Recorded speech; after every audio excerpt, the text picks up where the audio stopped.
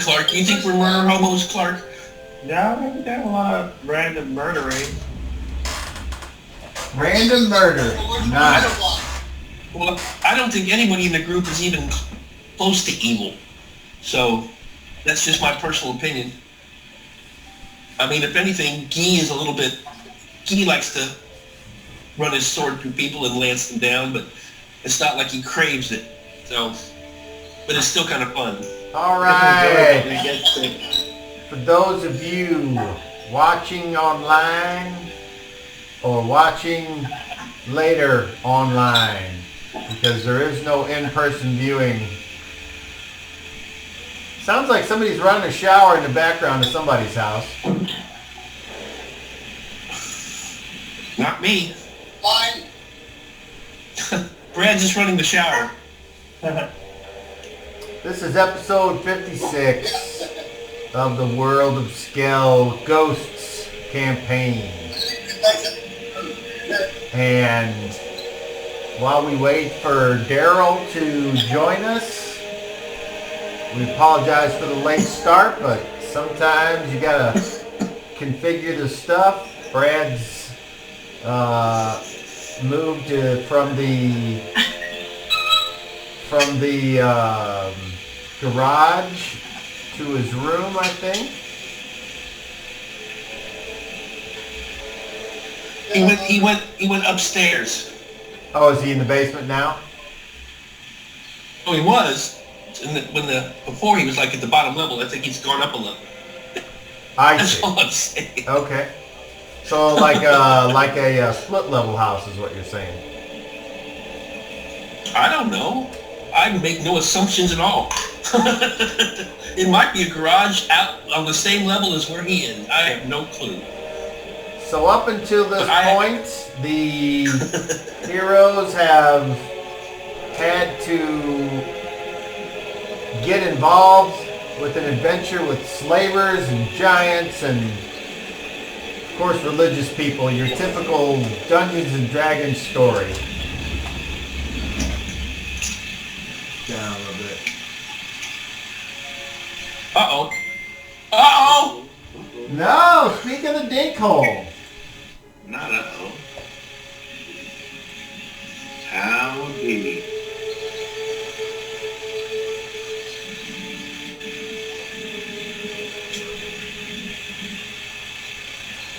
Howdy do, Daryl. Alright. Turn that down. You're very, very vintage.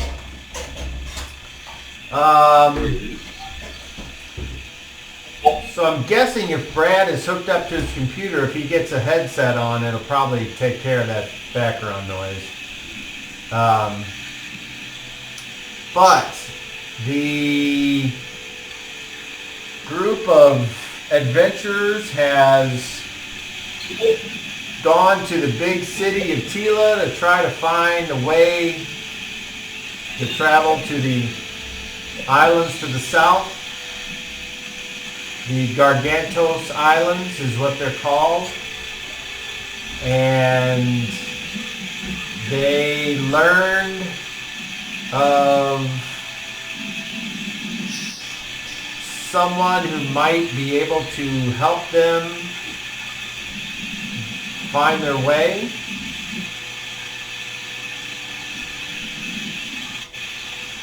And they traveled west. Lie down.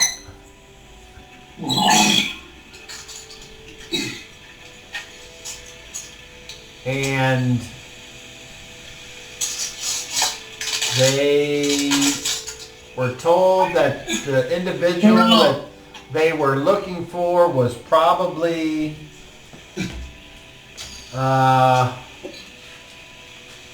one of the few people that would be able to take them, at least that would take on the job. Come on. I'll take it. Sure, this way. I don't exactly remember what No.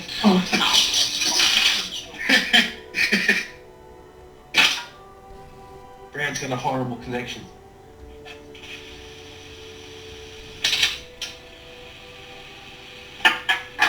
Yeah. Now, My case sucks. did you say the Gigantos Islands, or did I wrote down Gargantos? Yeah, that's correct. Gargantos. Okay, Gargantos. All right. I like the end of the road. When I thought you said Gigantos, I was like, wait a minute. This is dumb. I haven't had my headset plugged in. I just felt something on my foot, and I'm like, what the fuck is dangling on my foot? Yeah, I can hardly hear you. Brad, you got a headset you can plug in? I'll bet you can hear me better now. Oh, sweetie. And I can hear you better, too. Brad is froze. Well,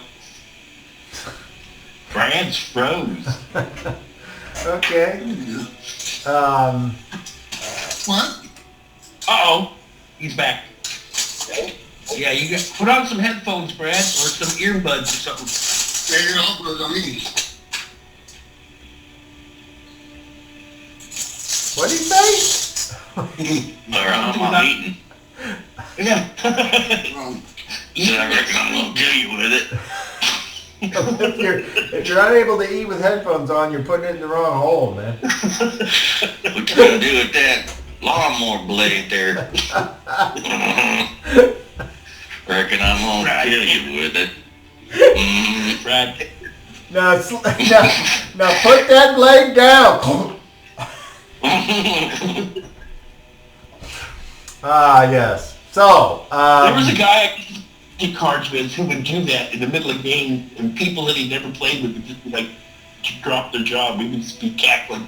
Because he did it perfectly. He did it just like the guy, like, oh my God, I'm going to kill you with it. He could like throw a card out and say that, and people would just be like, what?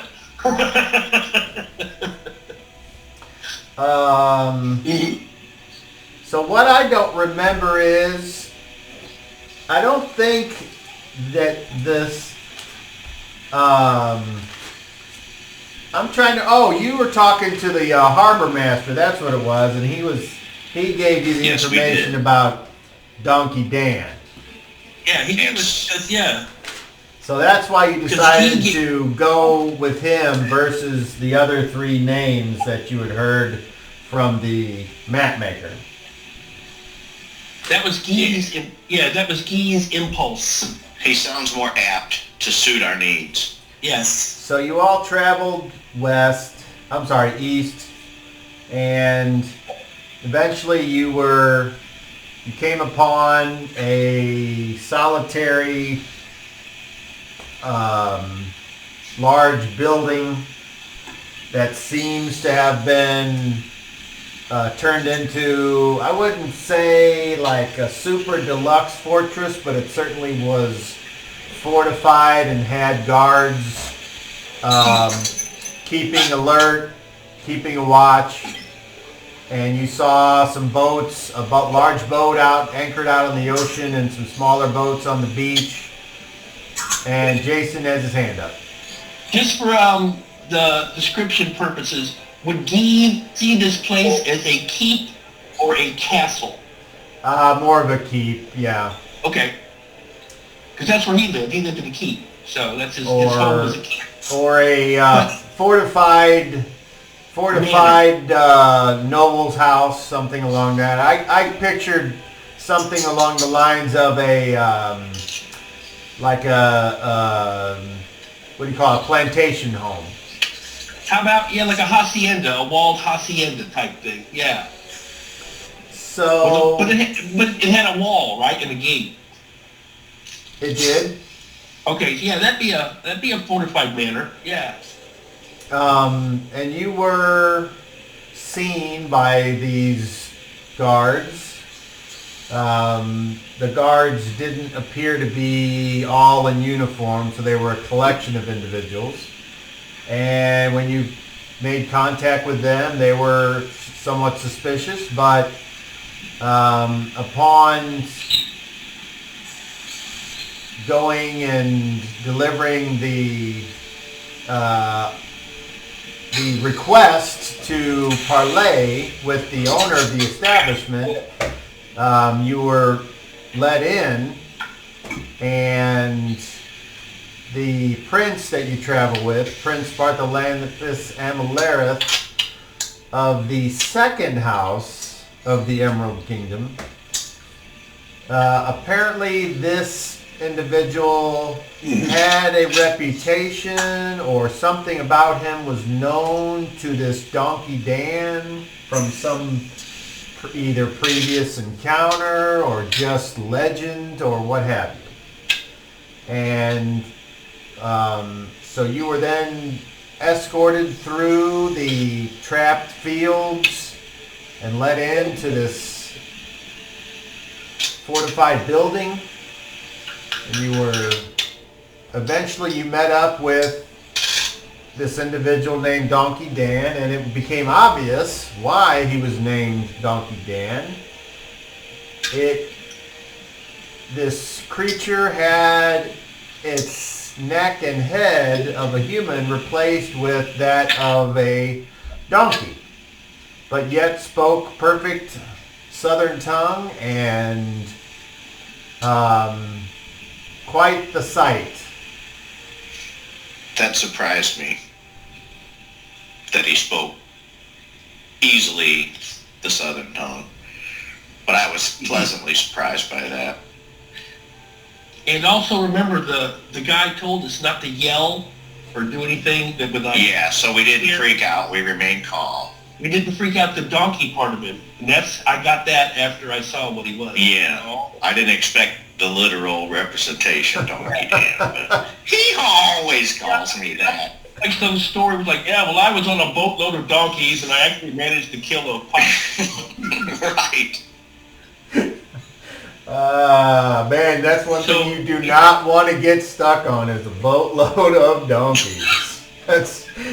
Surely in the world, there's been many boatloads of donkeys. Come on. Somebody's making a buck off of donkeys. That's bad news there. Boatload of donkeys over there. I think that's where the phrase, boatload of donkeys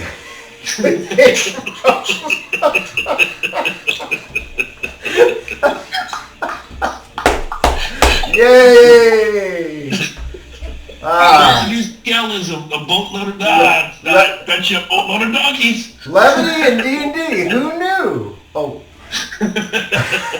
We might have to check for a copyright with Hasbro, because that might be one of those games. Yeah, it sounds like it could be. Donkeys. Little entire barrel full of monkeys, but yeah, lesser known. Don't boatload of donkeys. I think it sounds a lot better than a hobbit hole of fat fucks. But whatever. So, you proceeded to have a long conversation with this Donkey Dan, and your mission was explained, and his position and his curse he explained to you, and the reason for the troubles with the slavers, if not confirmed, you certainly could believe the explanation given by Donkey Dan, that upon the demise of the Night King Blackout, this ancient red black dragon that terrorized the coast and demanded tribute and all kinds of things, once that dragon was no more and word spread throughout the southern kingdoms, well, then someone else decided that they would take this opportunity to step up and attempt to grab their pound of flesh or their bounty or their treasure or their slaves or whatever. And those happen to be the ancient enemies of dragons, giants. And much of Donkey Dan's explanation, Danky Dawn, who's up there with the fucking blunt the size of his Jumpskin. Yeah, Dinky. I was going to say, you were really tempted to call this guy Donkey Dick, weren't you?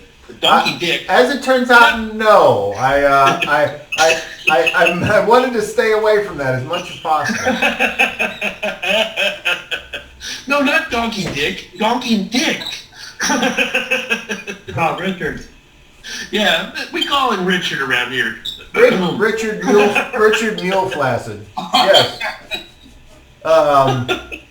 So, a bargain was struck. It was offered by Sister Vanessa, I think.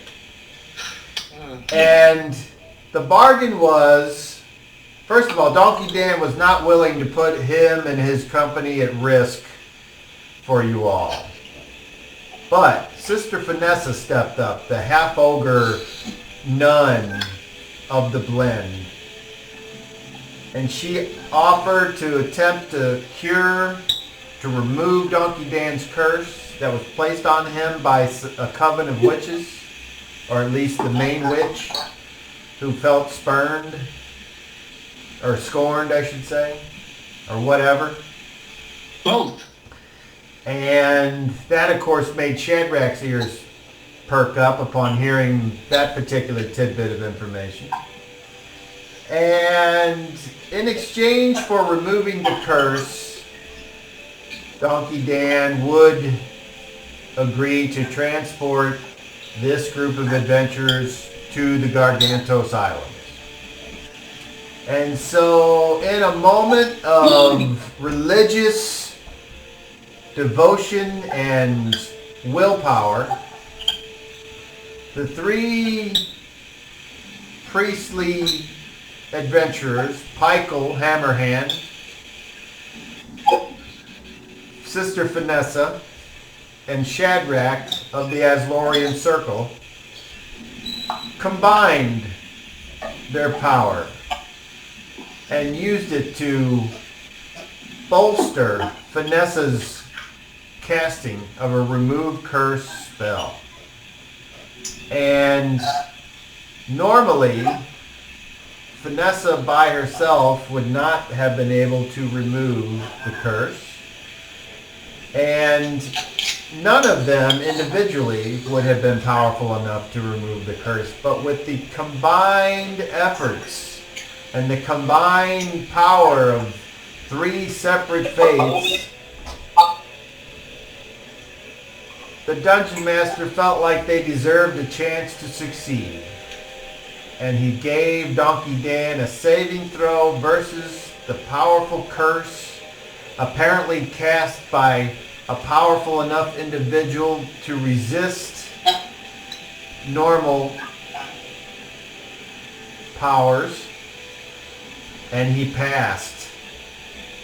And the curse was lifted, and before their very eyes, the features of Donkey Dan started to meld and transform and return to their original appearance.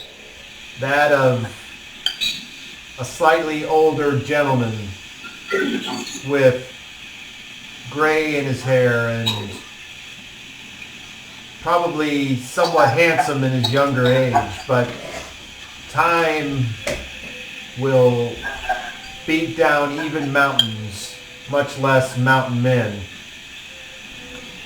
And upon the ending of the curse, the joy was overflowing amongst all who witnessed this miracle. And Donkey Dan agreed, after saying that he was actually Don Keehote, a former knight of the realm who had disappeared mysteriously many years ago. And he agreed that he would take these individuals to the Gargantos Islands. And all was happy that night. And that background noise is now gone. So whoever did click that off, thank you. And merriment was had that night. some people enjoyed themselves. Some people sought to use the time to maybe investigate or try to get information from certain individuals. And now that sound's back. So somebody, I'm guessing it's from Brad, coming from Brad. Brad, can you mute your microphone just to see if it's coming from you? Is it already muted?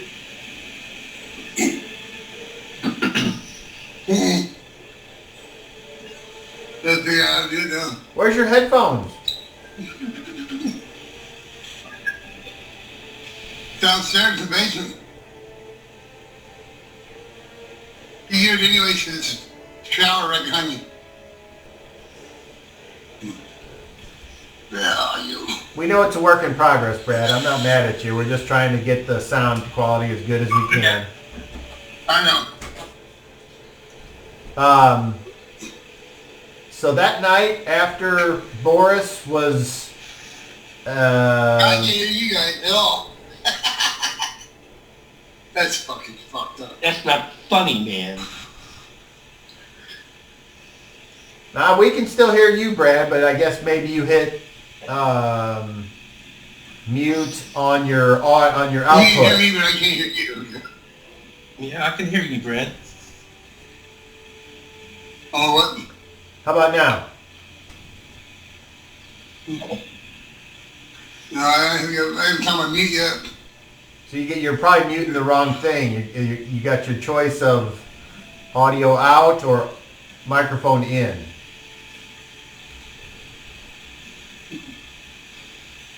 Are you using one of those thin desktop mics? Yeah, I'm using the mic here on the computer. So I think Brad just has the option to mute sound or not. I don't know.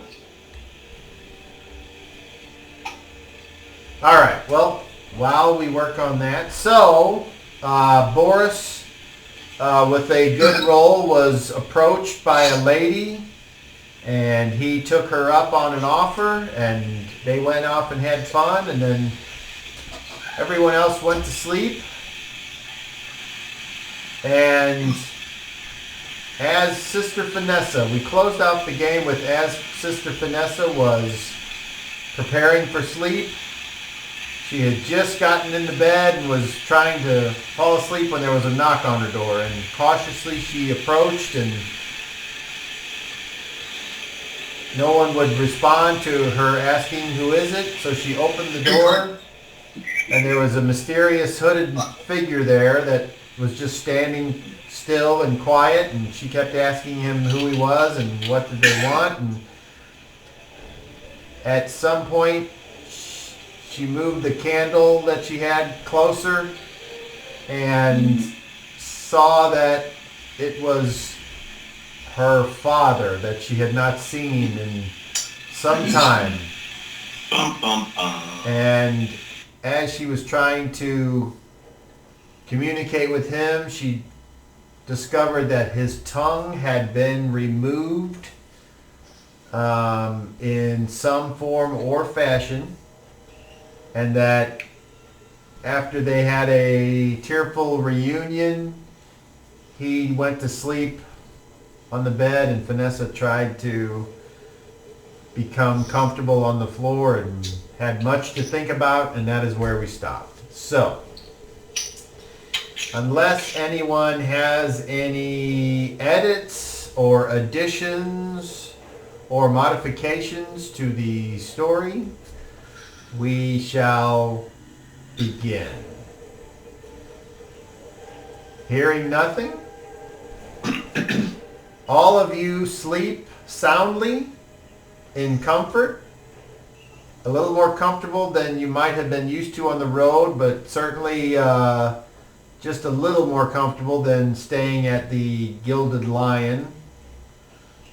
The Gilded Lion is not a shabby inn by any means, but apparently the solitary,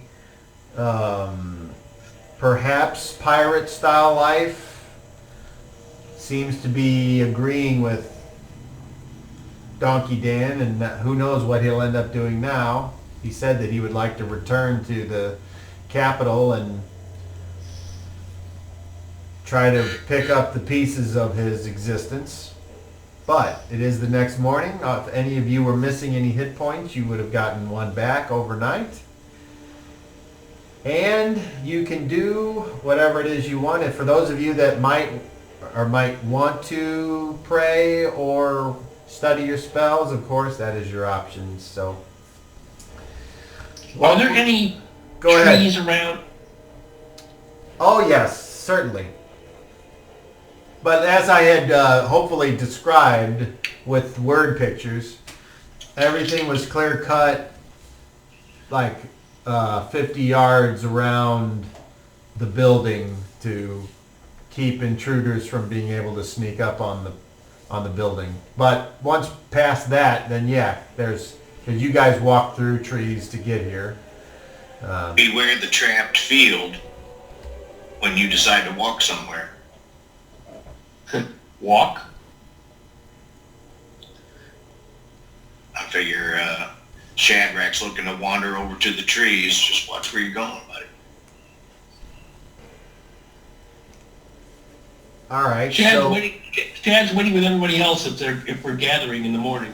Okay. I figure that we're going to take action soon. We will skip to that. You are all together in what could be considered a dining room.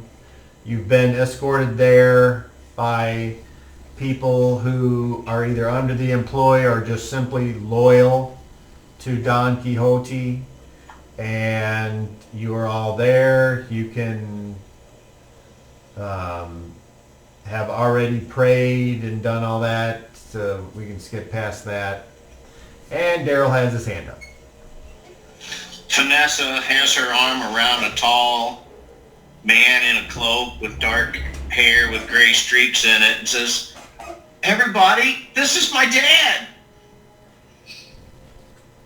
I found my lost father." Vanessa towers over this man. He was taken the same time I was, as well as my mother.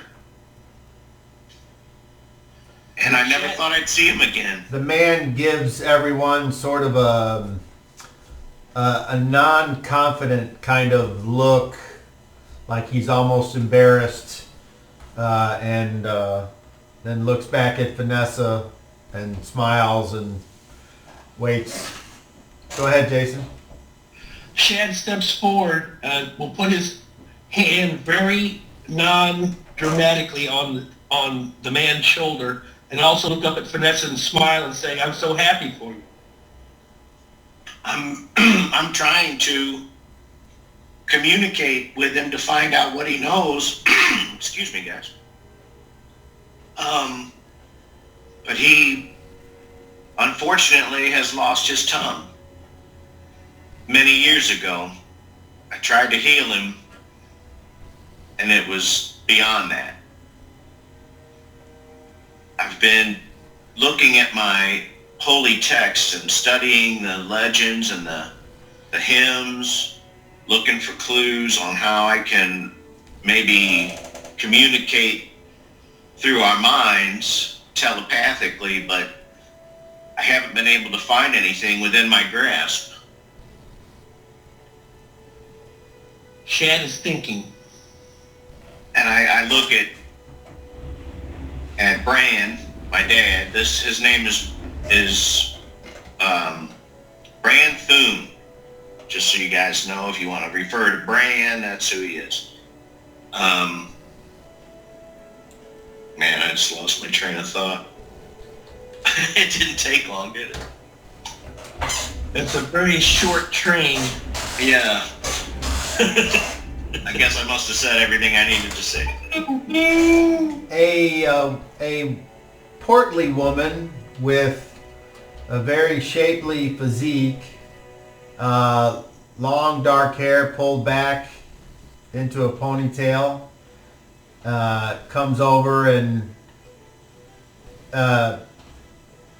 points to the table and attempts to escort / usher you both over to a couple of empty chairs, to which your dad looks at you and it's like kind of like waiting for you to lead.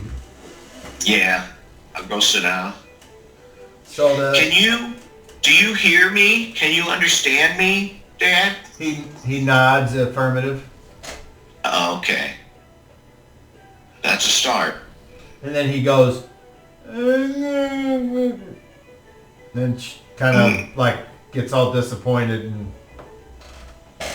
She says, I know, right? As they sit down.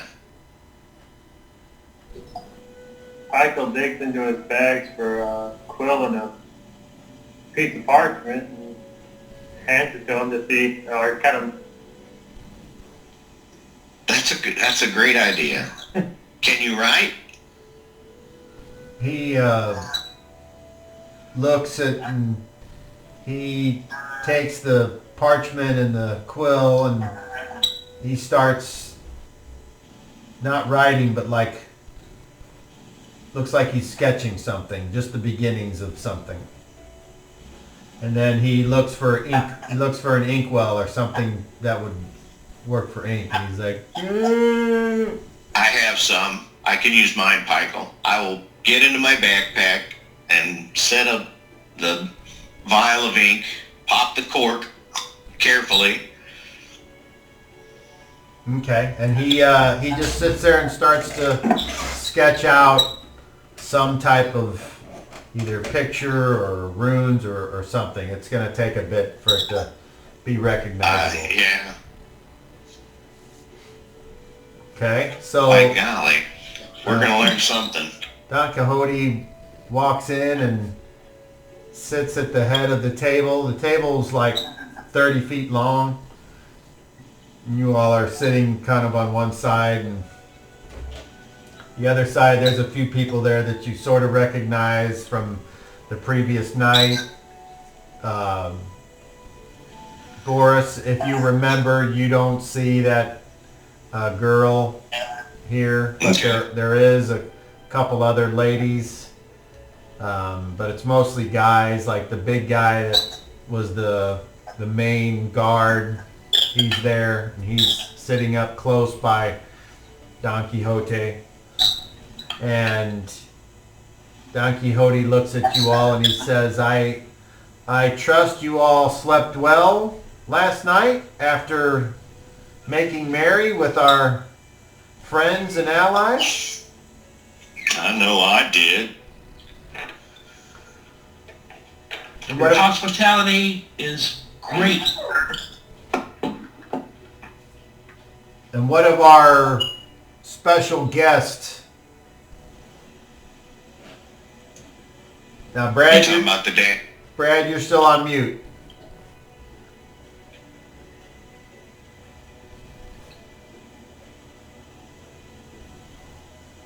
And he was, when he was saying our special guest, he was looking at the prince.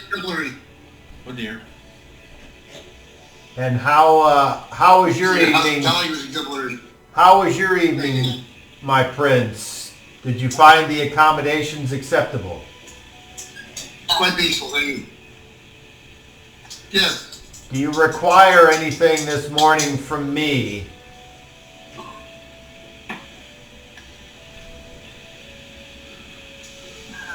No, nothing special. I'm good, thank you.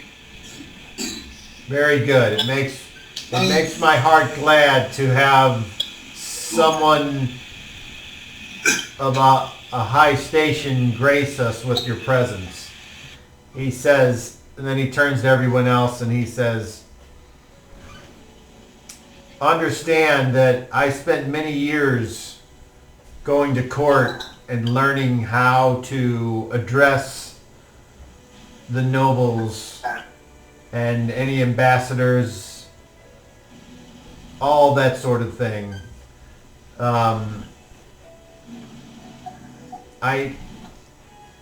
All of you will hold a place of high esteem in whatever home that I have from this day forward for what you have done. So I would ask all of you, besides taking you all over to the islands, is there anything that I can do for you before we depart? And he's just waiting for one of you to take the lead. Jason has his hand up. He steps forward and kneels, or takes a knee, I should say. Says, "My lord, I have only one request. A fine horse."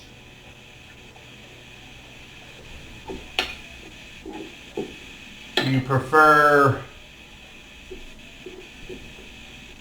mare or stallion? Stallion, my lord. And do you prefer high-horned or normal? He's I a would like- high horse kind of guy. I would like a horse that can leap from a boat to the shore and be ready to fight. I was actually referring to the saddle, but I understand. Ah, yes. I need a saddle for fighting from horseback. Very good. Not jousting, but hand to hand. Very good. So one with stirrups. Yes, my lord. Okay. Who's next? Paco actually steps up and says, "I need a sword." Of what variety are you the most proficient, young man? I'm not really proficient in any sword, my lord. I've just been turned into a knight, my lord. Well, then perhaps you should start with the everyman sword before you work up to something with more heft. And then he turns to the big guy that's next to him and says, "See that he is given a short sword and frog."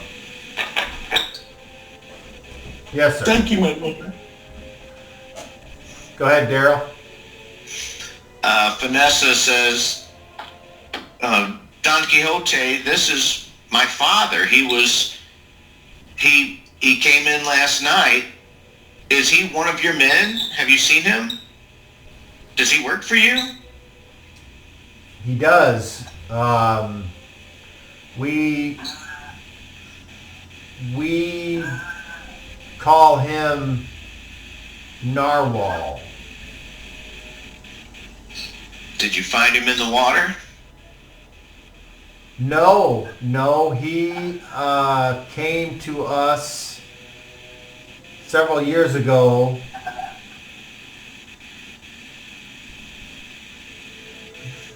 Very injured, loss of blood, dehydrated, and since he could not tell us of how he came to be, we just took him in and assumed that perhaps we would find out what kind of person he was, and as it turned out, he was someone that was very handy. Well, you have my gratitude for that. I feared that I would never see him again. And it's good to know that you know something about him, but what you might not know is that he was a farmer when I was a child, and he was taken by the Acaraymans, same as I was, and sold into slavery. But again, you already know he can't speak, so I'm attempting to learn more about him. But I'm just happy to know that he was here and safe, and I want to extend my thanks to you. Well, no, I guess, I mean, to put a good spin on it, we should be thanking you for, I mean, Now you know more about him too. It was horrible circumstances that may have brought him here, but your loss was our gain, because he has proven to be loyal, a hard worker, and very intelligent. Well, in case you want to know, his name is Bran. He looks up and he says, Bran. And your dad kind of looks at him and he says, is that what you would prefer to be called, Bran? And he kind of rubs his chin and thinks about it and then looks over at you, and then he looks down at the piece of paper. And as you look down at the piece of paper, you can see that he was drawing a picture of your mother. Aww. And then he And looks Vanessa back up has at to collect herself. She gets emotional about that. he looks back up at Don, and he nods, yes, affirmative. And he says, then from this day forth, Bran you shall be. And some of the guys are like, hey, all right. And then you hear somebody say, I ain't calling him that. And then when everybody looks, you see like nobody's like taking credit for it, but then they're looking at one guy, and the guy's like got his head buried in the bowl, and just like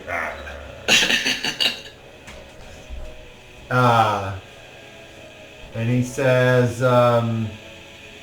who's next?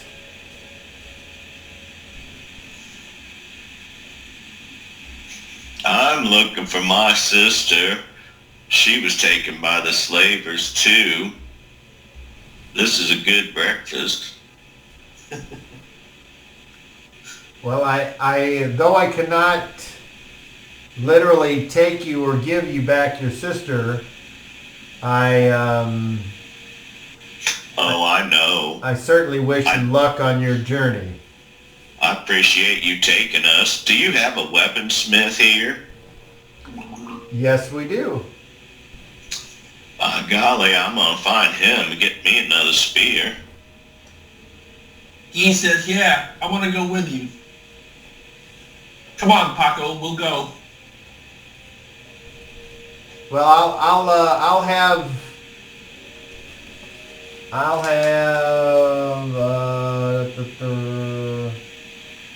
no. Holy Bunyan. I'll have Dalgos show you around.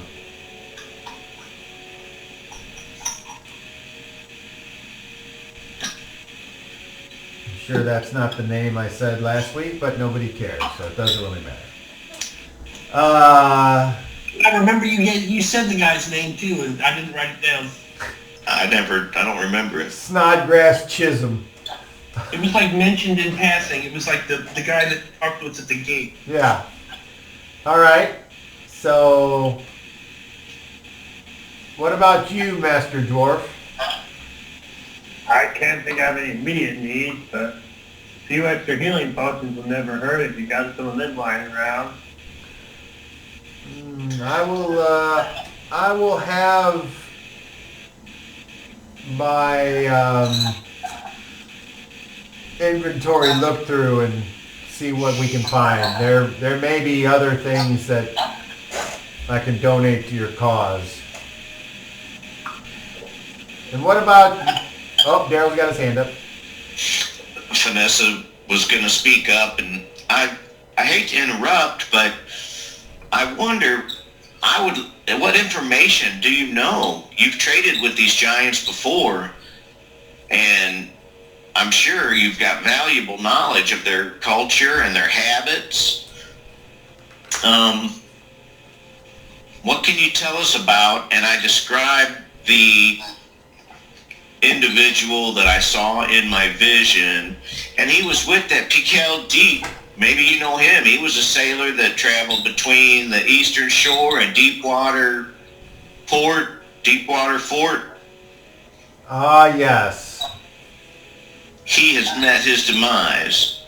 Piquel Deep. He was one of those guys that only respected you if you were willing to punch him in the mouth.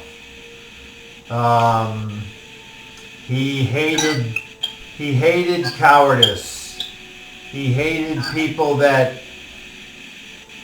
shrank from a fight. And if you could hold your own with him, you earned his respect. Other than that, he was a terrible person. Well, he must have a great deal of respect for Shadrach, Oh? because he handed him his ass. Shadrach kind of looks at you. He's not sure. Please, Kind of like make the face please enlighten me, Shadrach, as to how you gained the respect of the wooden fort giant. I can only say that I faced him in combat using the powers of Mother Skell and the water itself. But I faced him along with all of my friends. None of us shirked from combat. We were all brave that day. I brought forth a mighty fist from the water to batter and confine him. But my friends also contributed to his downfall. I cannot take full credit for this. I can see how it would have been a team effort. But possibly stacking 2 or 3 of you upon one another might have made you almost his equal. But, you know, life isn't fair. The power of Mother Skell did much to bring him down. I will say that. Well, that's a crying shame. And he smirks a little bit and takes a bite off of a thing of bread. It was a great day.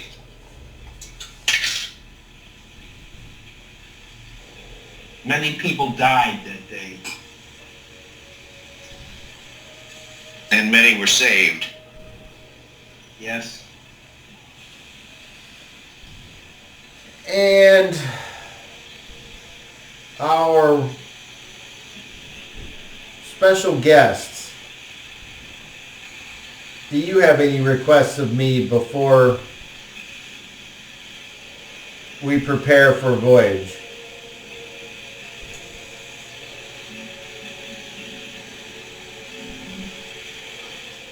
Can't say I do, really.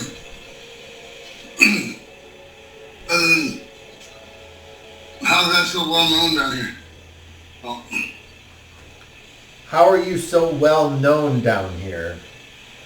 Please, don't be coy. Yeah. What would it take for someone to be known across multiple kingdoms, across this continent? Would, say, slaying one of the most powerful creatures and predators, do you think that might earn someone a reputation?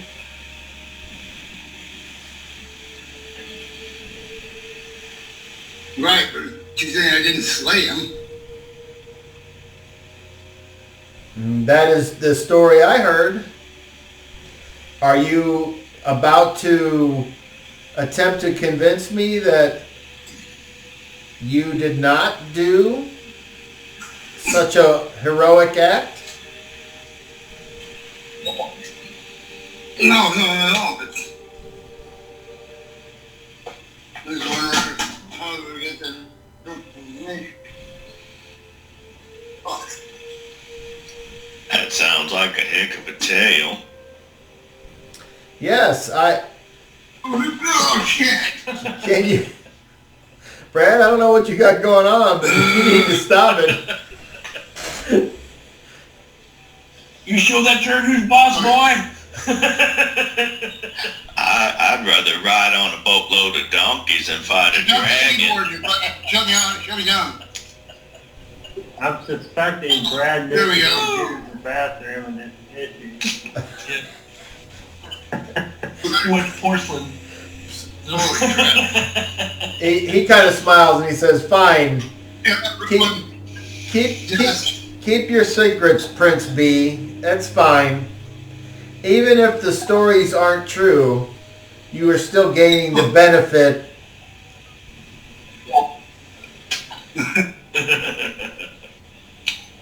All right, so Dalgos, why don't you take? I had plenty of interaction with the dragon himself, but killing him was not my.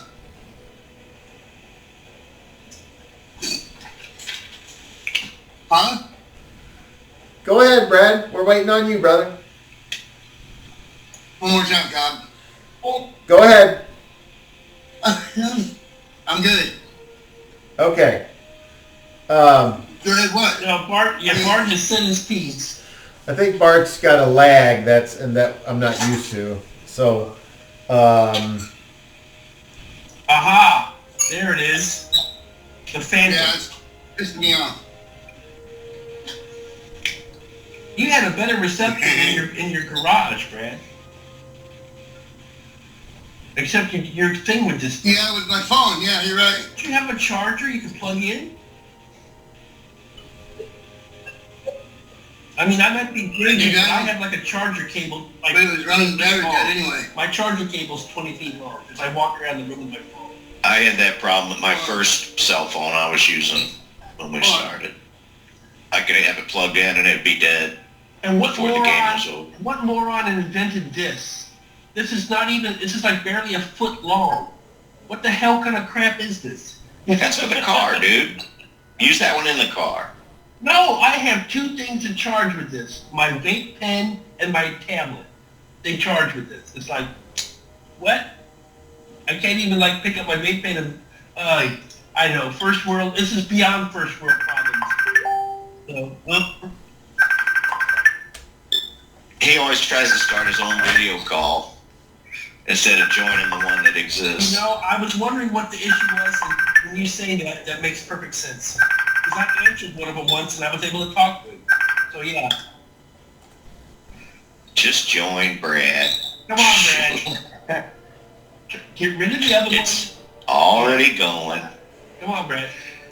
God bless you. Well, I'm sure that you're a wealth of information, Sir Don, and I look forward to speaking with you more about the giants and their practices. And you never did say if you knew about the other individual that I described that I saw in my vision who was surrounded by slaves and holding a giant sword, or a large sword that looked small in his hand. Have you dealt with this individual? Or maybe my description is too vague. He was rather ugly, though. And say, do you know the name of the king of the giants?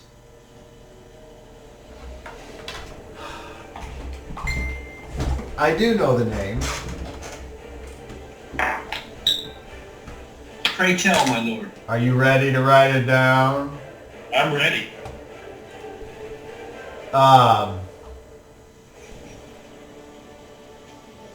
The name of the king of the giants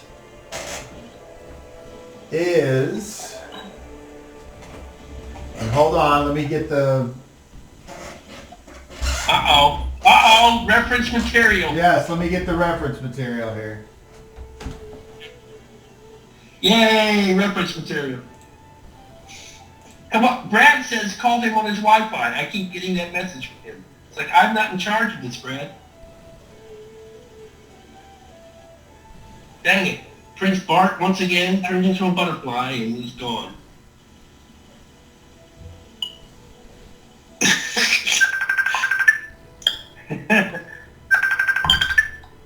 Speak of the devil. All people in technology, right? I get it, but I work with it. I don't know how, it's not giving me an option to answer on this.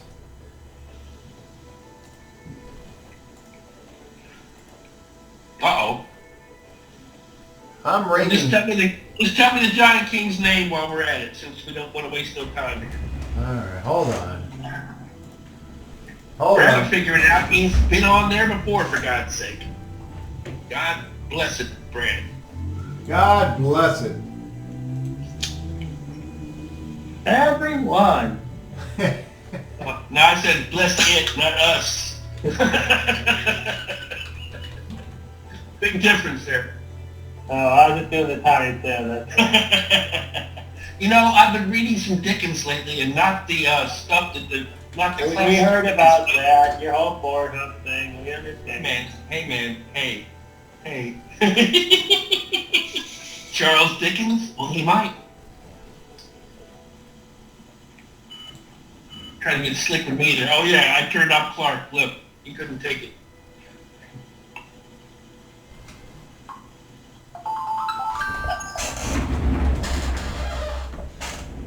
Let me know when I can ask some questions. Send me an game-wise. invite to my phone. I Okay. used to have a bottle of Dickens cider. Nothing like some of it on some hot ticket cider on a winter morning.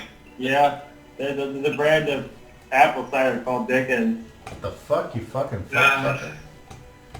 Oh man, do you guys know what a thesaurus likes to have for breakfast? Tell me. A synonym roll.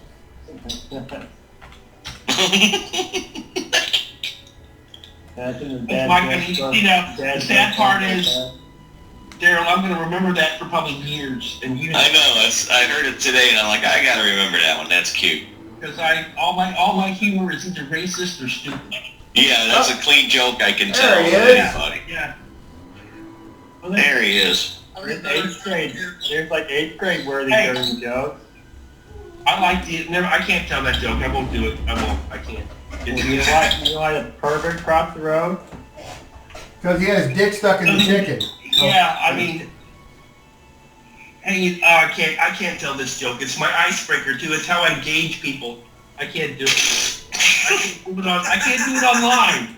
I can't do it online. I'm sorry. And I heard it and I died laughing. I was like, I'm such a horrible person. I can't do it. Ask me in personal message and I'll tell you. But I can't. I won't do it on Facebook. I won't do it. They'll come for me with a helicopter and a net. I won't do it.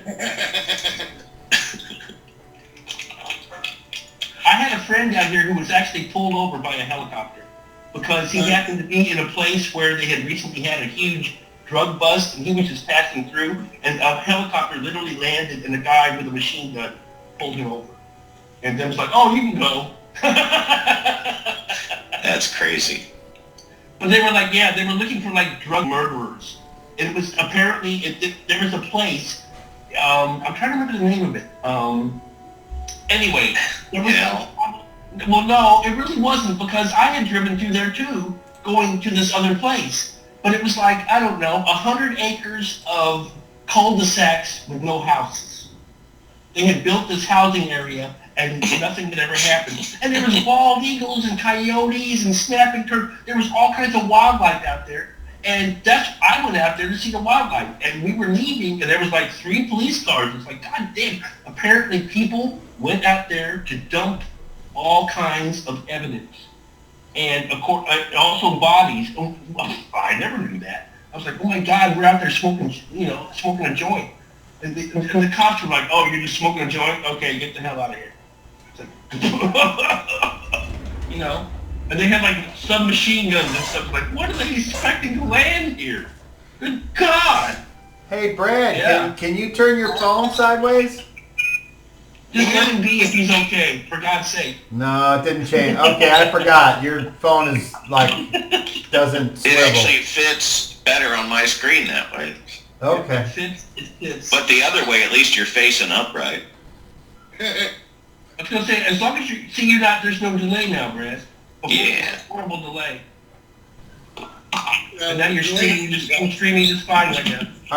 That's fine. Are you plugged in? Are you charging? Brad, are you charging while you're gaming? What? Are you charging while you're gaming? Yeah, it's chugging. All right. There you go. God bless you, Brad. God bless you. One of these days we'll get you landscaped one day. Oh, what Okay. he said. Oh, now he's upside down. Look at this fucker. Yay! Green lock is probably on. Fucking As Spider-Man. long as it's a smooth stream, let him be. Okay, the name of the What king. was it? The name of the giant king is Oh, yeah, I had to put my peppers and shit down. Damn it. Go ahead. Caesar. Oh, man. Well, that was any question. I'm not sure I'll remember that. That's it? And Shad's like, that's it? That's all I know. It could be something different or more. My apologies. If you have ways of finding information that I do not, feel free to use them. Chicken giant nuts, ass. Go ahead, I'll ask Daryl. you more questions, sir. All right, now, Brad, now you fixed it. There it is. You got it. I don't know what you did, but you fixed it. I would. Go ahead, Daryl. Rotation on the phone. Go ahead, Daryl. Sorry. I'm thinking about the name Caesar and the Greek gods and everything that the Achaemenians worshipped, and I wonder if if I can make a religion check to see if the name Caesar has any bearing or meaning in that context. Now you can, but since it's a religion that is not on anywhere where you live, you will have to make a you will be making the religion check at a minus. So go ahead and roll your religion. Okay. Add your D20 roll to that, but then subtract 8. And there's no bonus factor because of the blend includes all different religions and any of that. Well, this is a non-weapon proficiency check, so unfortunately, no. 19 I rolled. What's your total? So -1 plus 19 is 38. All right. So, I guess before I answer, Shadrach has his hand up. Shadrach's doing the same thing, doing a religion check based on that, and I also want to factor in the fact that I've spoken at length to both Covinius. I can't remember Chris's name, but I've spoken to both of them at length about stuff like that, so I don't think I should get the minus. That's just my personal opinion. Well, you can go ahead and roll. It's just a D20 plus my religion? Correct. Okay. Ein is the name that you were trying to think of. I rolled a grand total of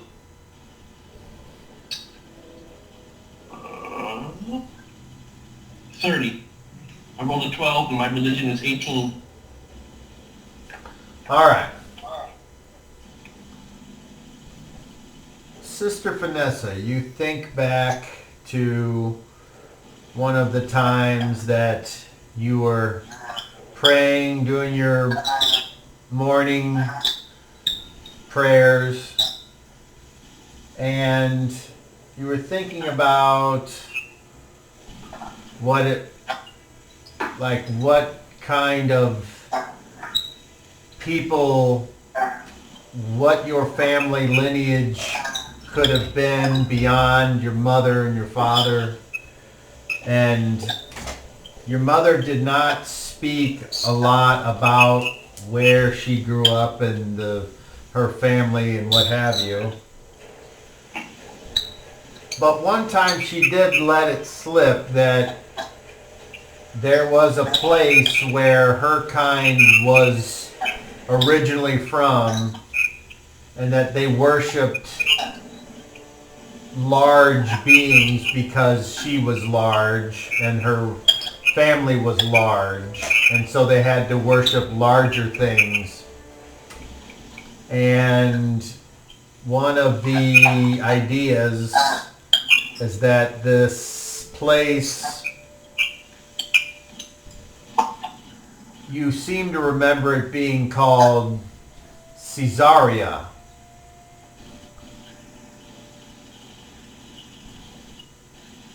And that it was a place where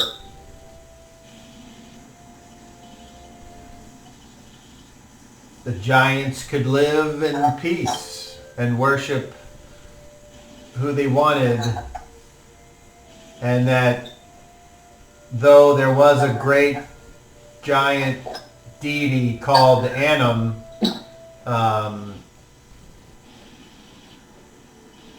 it had fallen into disfavor or just like no interest in the worship of Annam, and that she thought that was a shame. So that's your only connection to the term Caesar.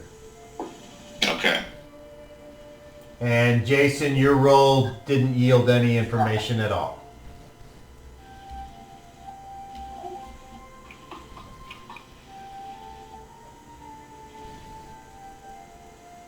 And now I'm going to go downstairs and fix my son a pizza. So we will take a break and you all can talk about whatever it is you'd like to talk about or not.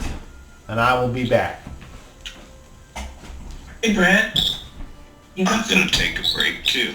you got some pizza on your lip, Brad.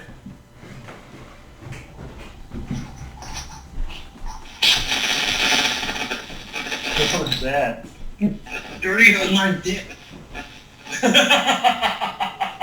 Sorry, that was ancient. That just came out of nowhere. You got some pizza on your lip, man.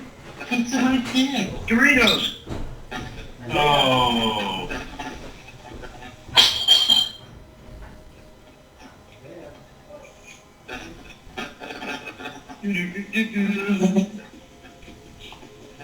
Well,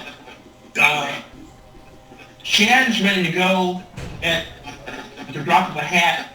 Guy wants to go see the armorer. I don't want to drag the game down doing shit like that. So I hate shopping trips. I'm just letting y'all know that. I think you know that, Brad.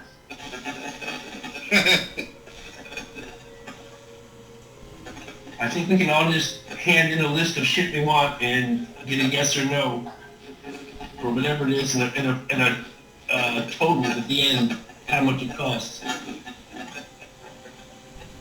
I hate shopping trips. That's my big pet peeve. Yeah, I usually at the BM, I do the shopping thing. Yeah, it's like, here's my list of stuff I want to get. How much If it's gold you something have, what's weird, the book? yeah. Yeah. But if it's like something exotic, okay, I can see where that's roleplay. And if I just want to get some swords, some armor, I don't think that should be carried on. I'm here to roleplay, not go shopping. Thank you for shopping at Harvard. May I help you? I mean, yeah, just all my main shopping is off out of gate. I don't, unless some specific roleplay issue arises. So you can call me a bitch if you want, but that's the personal thing. I want to get to the monster, alright? I want some action.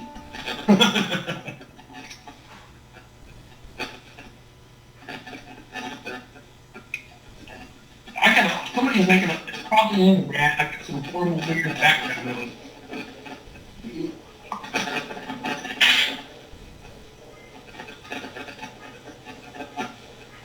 I'm hearing all kinds of background static.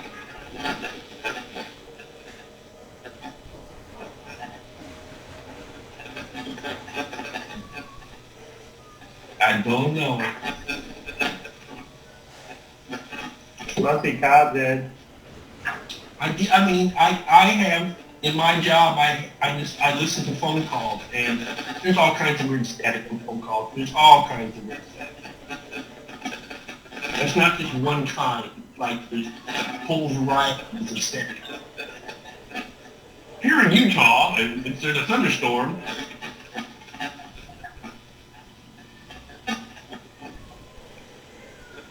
part of the fun.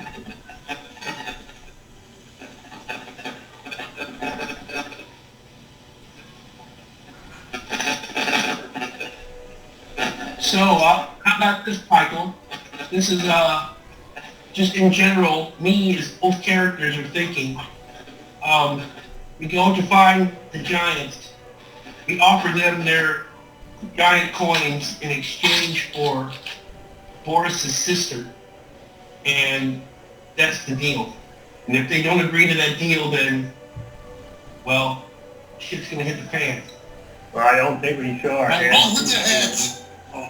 No, well, but still. I mean, I think that's a fair, don't you think that's a fair trade? Yeah. I think it's a fair trade for all the prisoners, the amount of coins involved and the significance of that coin. Put it this way, is there a tribute to the dragons? If we bring it back to them, they gotta They pay owe us us. something. They're gonna owe us something, yeah. And getting back Boris's sister. And considering Blackout's gonna be there when we offer it to them, I mean, we got Prince Bart here, and Prince Bart's gonna... I don't Stealing think we back. should give those giants any of that money. no, then it goes Blackout. I keep it. But wouldn't Boris agree to trade that money for his sister? Are you He talking even about asked the him. giant coins? Yeah, the giant coins. I He would would think- agree. But Sister Yeah. Vanessa is the one that doesn't think we should give them money. But she does understand what you're Chad saying. says, What you're getting at. Chad will say to her, that's not our money. That's their money. I would rather see it go to the dragons. If it was meant to go to the dragons, Well, We're a that's tough lot. their We're business. gonna find a whole island of giants. Chad That's says true. it was their money to give to the dragons. It's not our job to be their delivery. Okay, we can offer to deliver two dragons for releasing his sister. That's the I can first release step. all the slaves. Then after that, we can work on more slaves. with the blackout already being out of commission, then they may not feel the need to, give the dragons an offering. Don't feel the need, trust me. I got something up my sleeve. Well, please, what did you have in mind? Well, it's a summon Blackout Spirit once a day for an hour. Oh my goodness. Oh my God! Yes. I thought when you said he'd be there, that you meant you were gonna contact him somehow, and that's now I see how. Well, that, He goes up, fights for me for an hour and goes away. And Chad looks back at Vanessa and says, so, the giant coins for Nebula. Isn't that... I think that it's worth more than just one person. Don't get me wrong, I'm sure she's worth, but we need to get, I agree, but we can't have them all released. That's the first step, Vanessa. These people are not going to go to negotiate with us. They're going to think we're retarded. They're gonna They're think going to we're- negotiate. Or, Dragon, not me. now, keep in mind that not a few bad apples make the whole lot bad. If there's a civilization of giants, then we can accept them for who they are. Their leadership doesn't mean they're all bad. We're not going to have to fight the whole island. They all want to eat Chad us. says, all my legends I've heard of giants are that they're evil and kill people. I have faith in the blend that all are welcome and can be productive and live together in harmony. He says, giants have always been the enemies of people like us. And then he kind of looks at you and ducks his head down. I'll have to reach out to the people. As much as I want to see this leadership brought down, and Guys are being ambassadors. I mean, that's what I do. So, we'll try to do this diplomatically, but we'll do it however it needs to be done. But we'll do But we have diplomatically. to agree on what we're doing. we have to agree that we're going to exchange these giant coins at the very least for the hula. You all can be in my entourage. I'm coming as an ambassador to the Giants. That works for me. I have He says that I'm one of your guards, then, sir. I'll present it to tribute as goodwill. And then we can go for discussion from there. If it doesn't go well, then we do what we have to do. But first of all, we're going to try to talk with you. I like that. That sounds like a good plan. He says, well, what will we have to do if we what we have to do? It's not going to be easy to do what we have to do, because we're going to be in the fucking middle of all these giants and it's going to be fucked.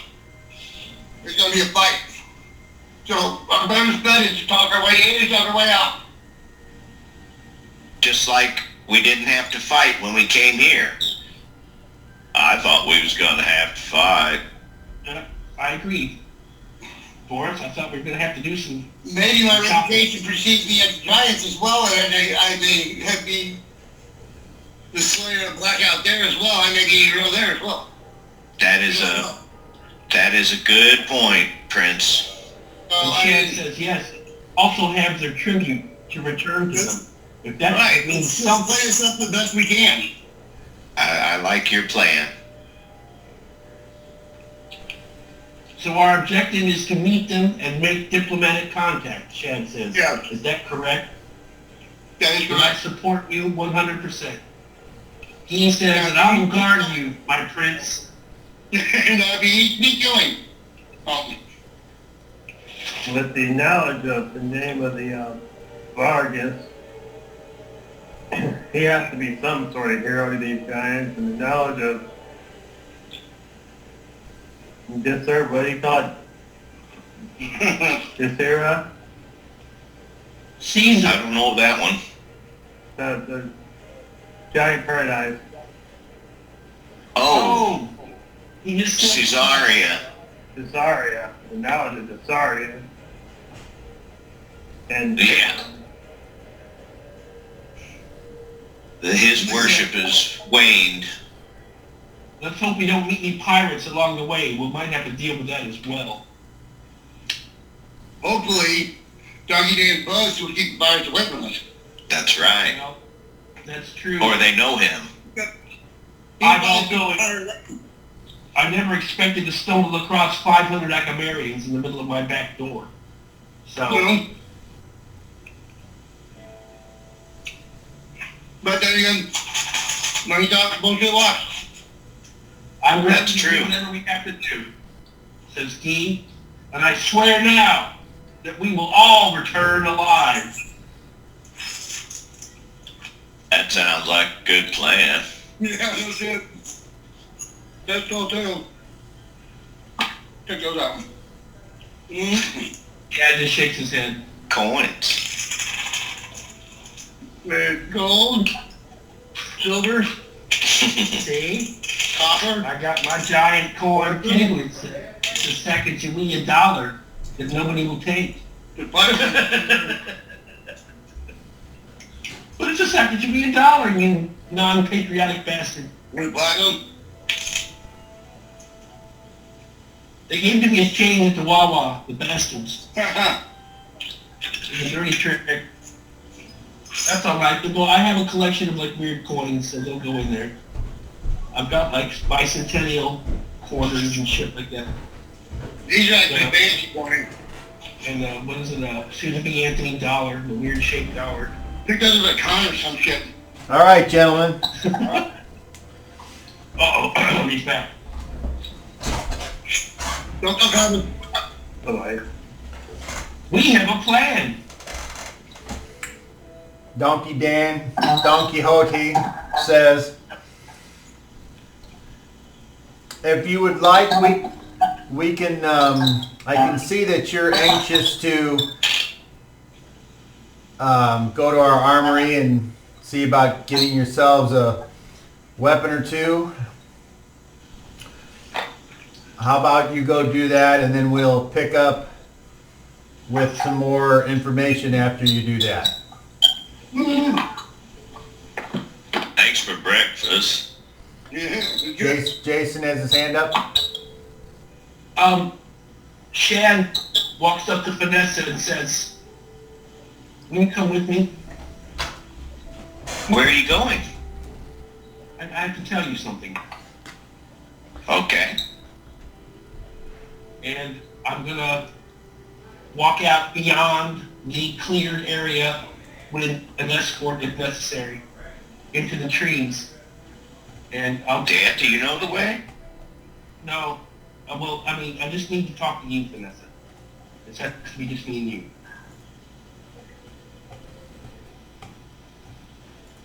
Okay. Before we do what we're about to do, I need to tell you something. Maybe my dad knows the way through the clearing. That's fine, but he can't follow us after that. It's not, I have nothing against your father, but I need to speak with you alone. Well, then let's go outside. We need to go to the trees. I need to tell you there. Okay, I understand. Anywhere else. So we'll go and Well. we go, Cobb. Once I get to the edge of the forested area, I will start to cast a spell. I will bring forth a spring of mistletoe. I'm casting, not that you would know this, Vanessa, but I'm casting Hallucinatory Forest so that around Vanessa and I create this redwood forest bursting with life.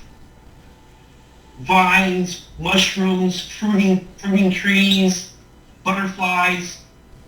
This is within a 320-foot square area.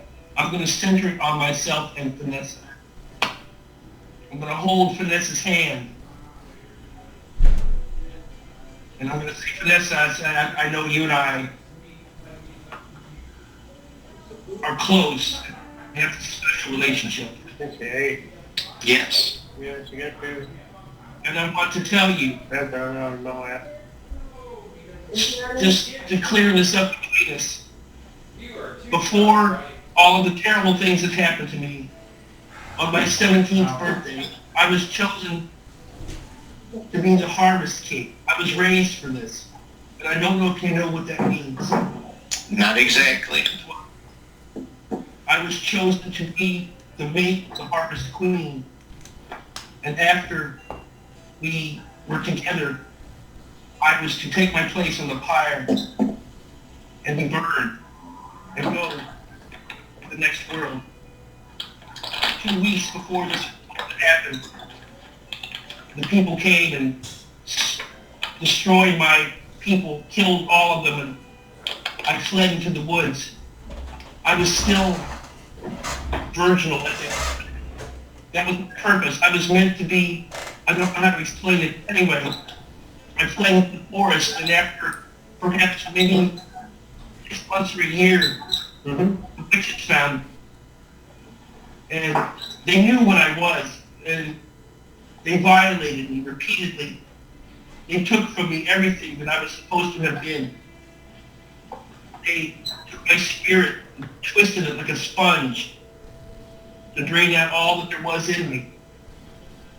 But what I'm trying to tell you, Vanessa, is I adore you more than any other being. Oh, Shadrach. But I can never be with you physically. All that was... That's okay. But I am forever yours. I want you to know that. She will embrace Shadrach. And I'm yours. And I We will both- return, of course. We both have our religion and our beliefs that we live by. That is another thing that I wanted to say. That a blend can be many things. Yes. But I serve a balance. And a balance cannot be many things unless they are all balanced. And that is the only thing between us, Vanessa.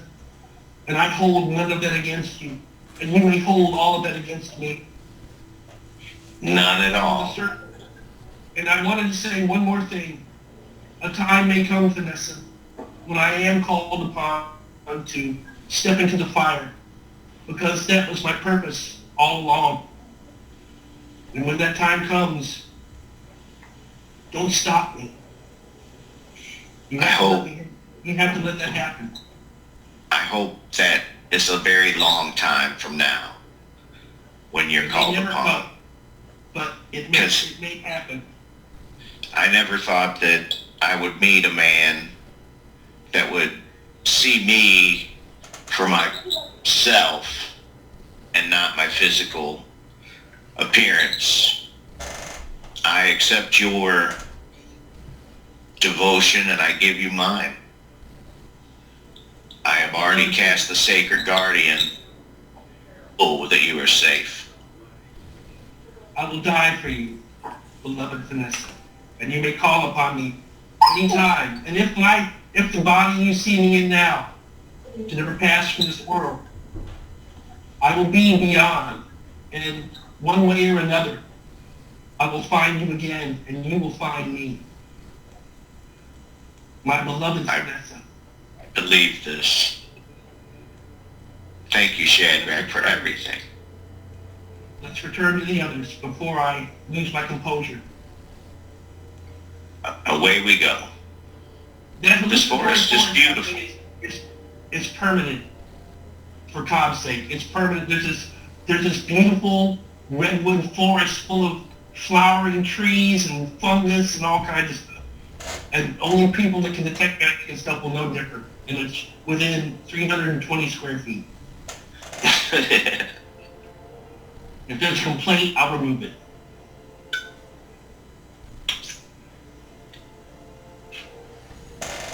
All right, very good, very good, very interesting. Got a little drama and love interest in the game. I like Daddy Like very much.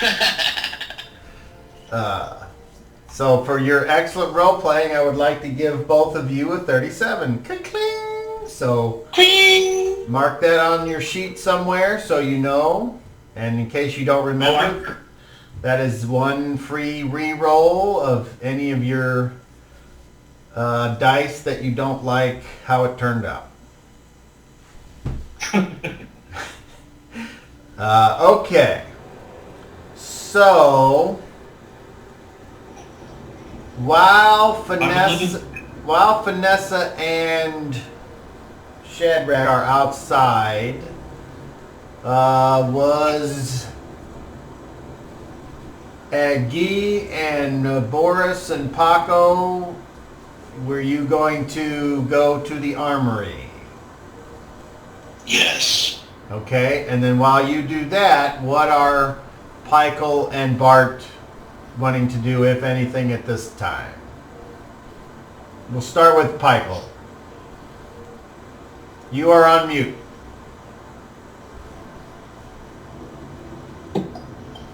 I would discuss Bart's plan with Bart. Okay, then go ahead. You have the floor, gentlemen. All right. So how do we get from land to audience with the king, Prince Bart? Bart, you are on mute. It's all right. You gotta get into practice. You're fine. Go ahead. We come as ambassadors, envoy, troop. We just land our boat and fucking tell them I'm an ambassador from the Emerald Forest. I want to speak to your king. We come with a tribute. And we'll go from there. I mean, I don't know how else to approach it. That's how you normally approach it.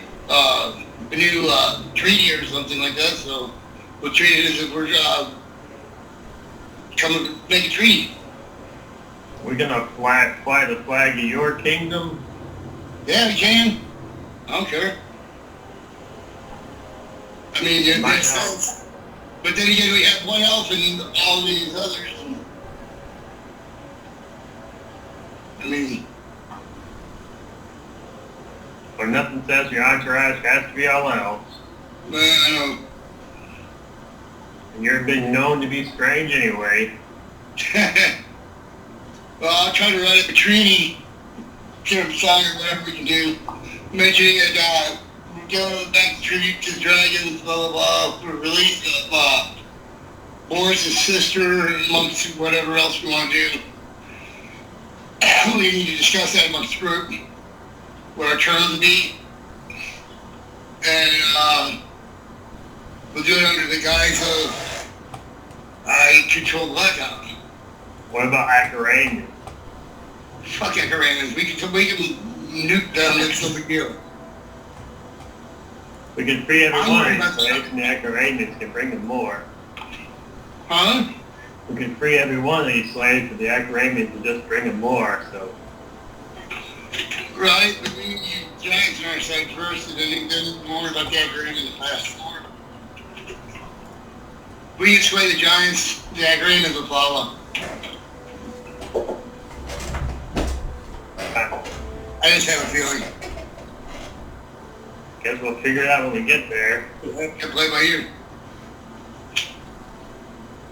Does Bart happen to have one of his kingdom's flags, or something we're going to have to make up for? Yeah. I probably have a comfort. Pull one out of my cloak. My identify, or my items book. Pull out a little piece of cloth. Start unfolding it, and it rolls into a flag.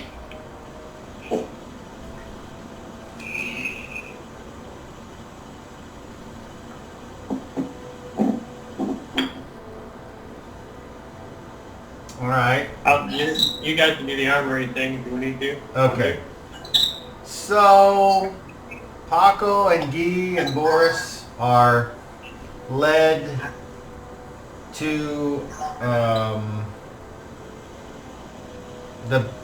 the first floor, and you're led to a back corner, at least what feels like a back corner in the building, and they have several weapons ready to be used at a moment's notice. There are lots of spears and short swords, a few wooden shields, no armor really to speak of other than some piecemeal kind of stuff like pauldrons or shoulder greaves, and but there are some daggers. So what are you looking for? Can you step up and say, give this man a spear, a good sword, a shield, and any kind of leather you might have laying around?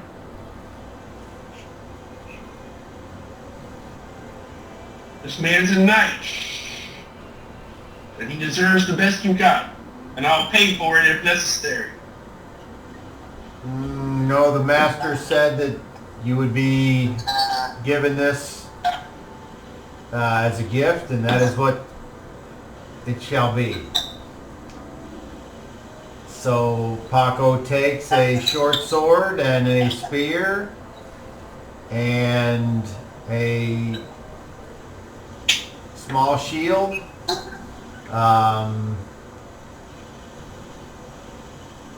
There's, as I said, there's piecemeal, so there's no suits of armor to be had. So we can get a shield and a spear and a sword, basically? Yes. Okay. Okay, and also, can you make him a sheet sometime? I'm gonna have to dig into the henchman type rules and see what I have I to just figured do for that. he's a first level fighter. I mean, I figured by now he's been through a lot of crap. He's certainly got enough experience to be at least first level something. Well, I know henchmen, they advance much more slowly than regular PCs. I know. But, I'm not trying to play characters, and that's not the point. Yeah. But I think Paco's a pretty decent person. He's been with me through, he took the poison of sleep. He was there when I got crushed by the Acramians. He's been through all that crap. So he's seen a lot of stuff. Boris, what about you? I could use a couple of those spears and top off my arrow quiver. All right, that's you are given a couple spears, and you have a full quiver of 20 arrows. Excellent. He says That gives me 3 spears in total now. And a belt so I can wrap them up. give us all the arrows you got that you can spare. Please. Who's shooting these arrows? He points to Boris. Him.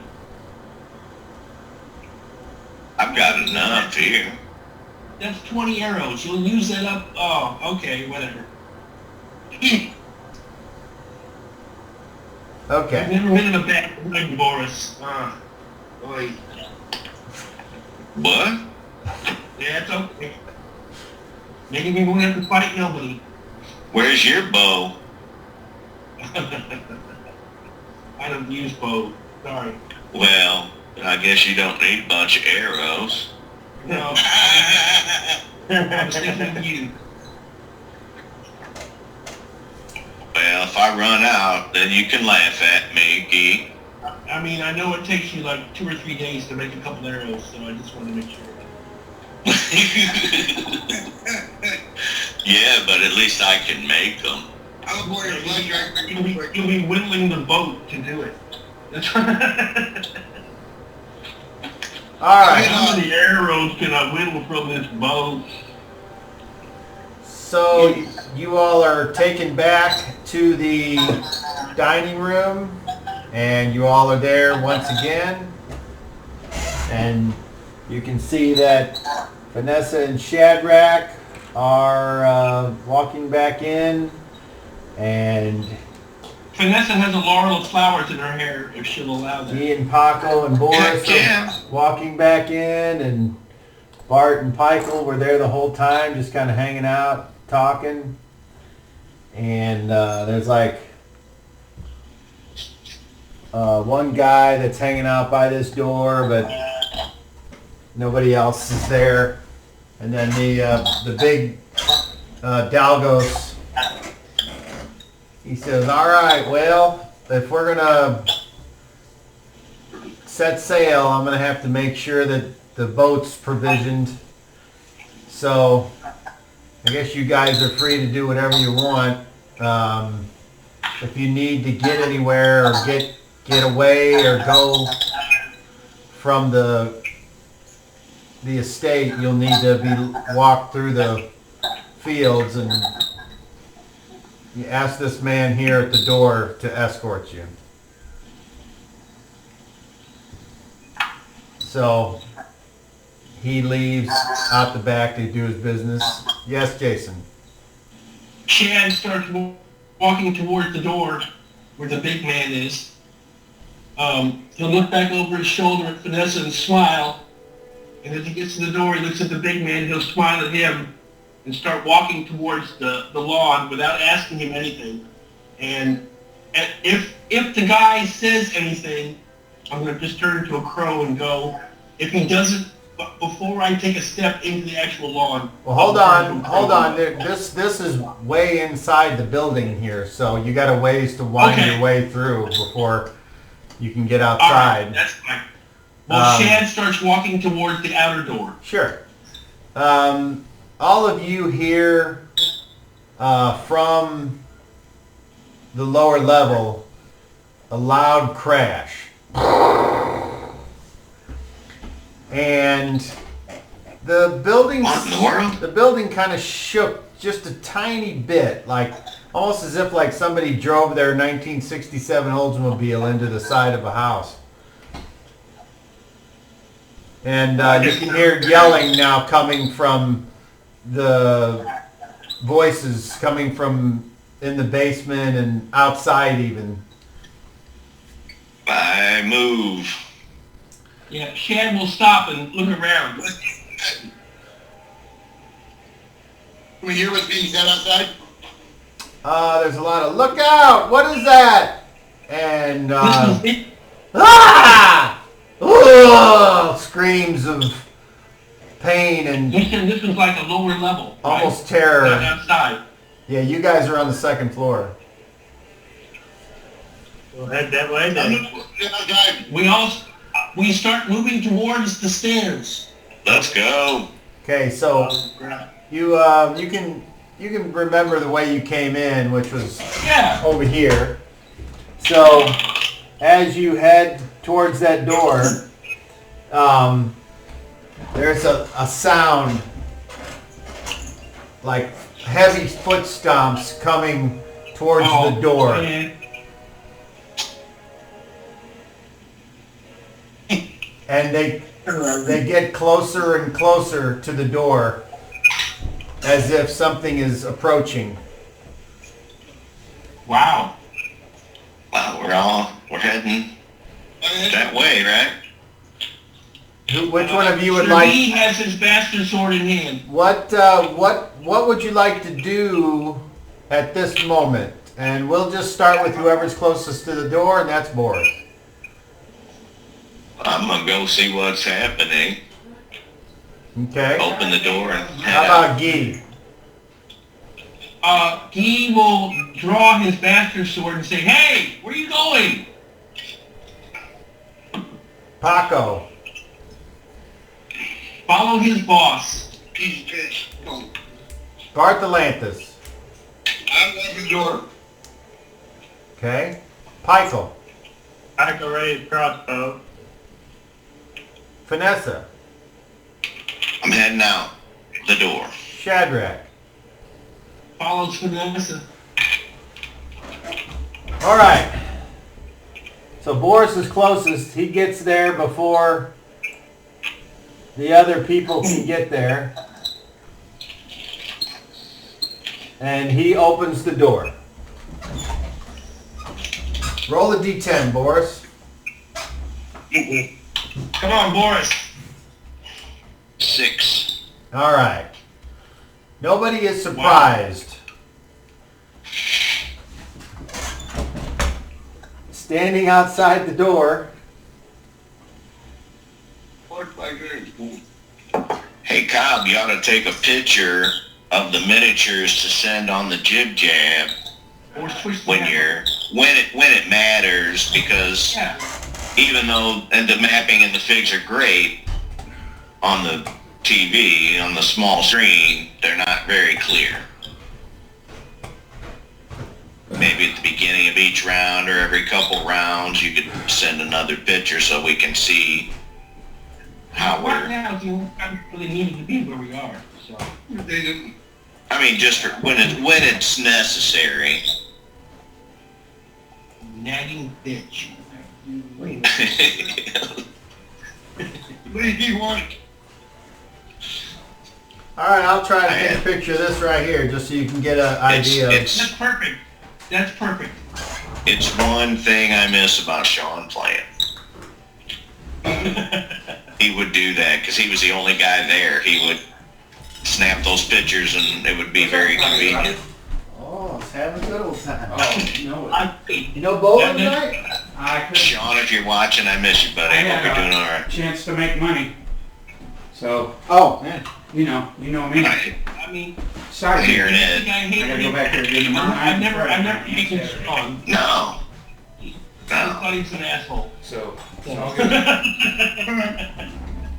I know plenty of assholes. Some people can't put up with cops' bullshit, man. That's all. Got that right. Hey, Sean's like, fuck you, cop. You can't handle the... I'm out of here. You can't... Yep.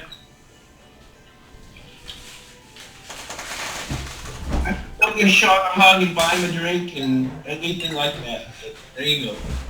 Oh, don't threaten him with a good time. Alright, so I just sent a picture to D&D Jib Jabs. There you Game is a go. game. I really don't try to carry it. And what you see, Boris, and pretty much everybody else can kind of get at least a little bit of an idea of what this thing looks like. You see This thing, my God. a humanoid, medium-sized. There's a huge echo going on right now every time I speak from somebody. I can turn off my thing and see if you can get.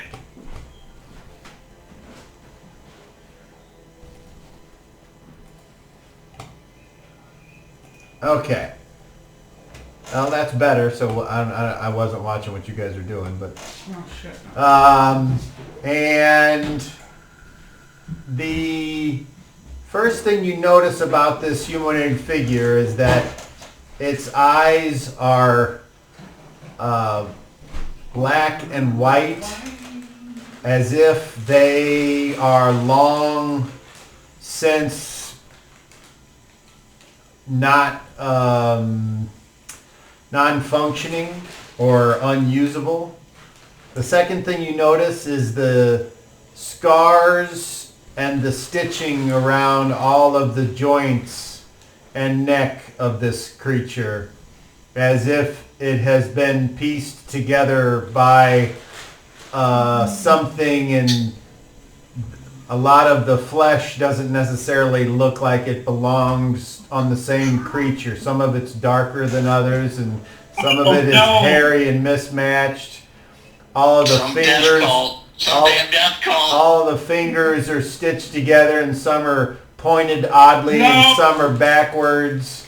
It's dressed up like an Ekareman soldier, and its nose is flat as if it's been busted. And some of you should know that this has been previously mentioned in the game, so it's not a surprise to me, but if it's a surprise to you, that's great. And it's time for actions, because this thing does not appear to be in a very good mood, because it appears to be holding someone's severed arm in its left hand and some kind of bloody stump of whatever in its right hand, and it drops them and it reaches out as if it's going to attack. So actions, and we start with the closest and we move back. So Pykel, you said you were readying your crossbow, so theoretically you could get a shot right now, except for the things not only within melee of Boris, but also has cover from all the individuals you'd have to shoot through. So I can't hear you, you're on mute, but you were the one that said you were readying a crossbow bolt. So if you want to take a shot, you can. Alright, so can I step to the side to get a angle and clear shot? Hold on, let me see.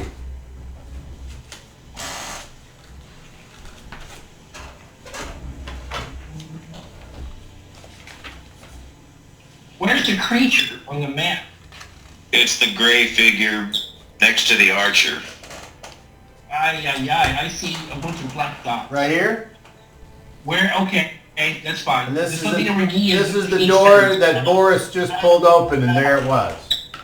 Okay. Oh, okay. I see it now. All right. I thought Where the am I in all people this? and Boris and Dean. Pykel, you're back here. So I can take a couple moves Well, let me see something. Hold on. to get a diagonal on that thing.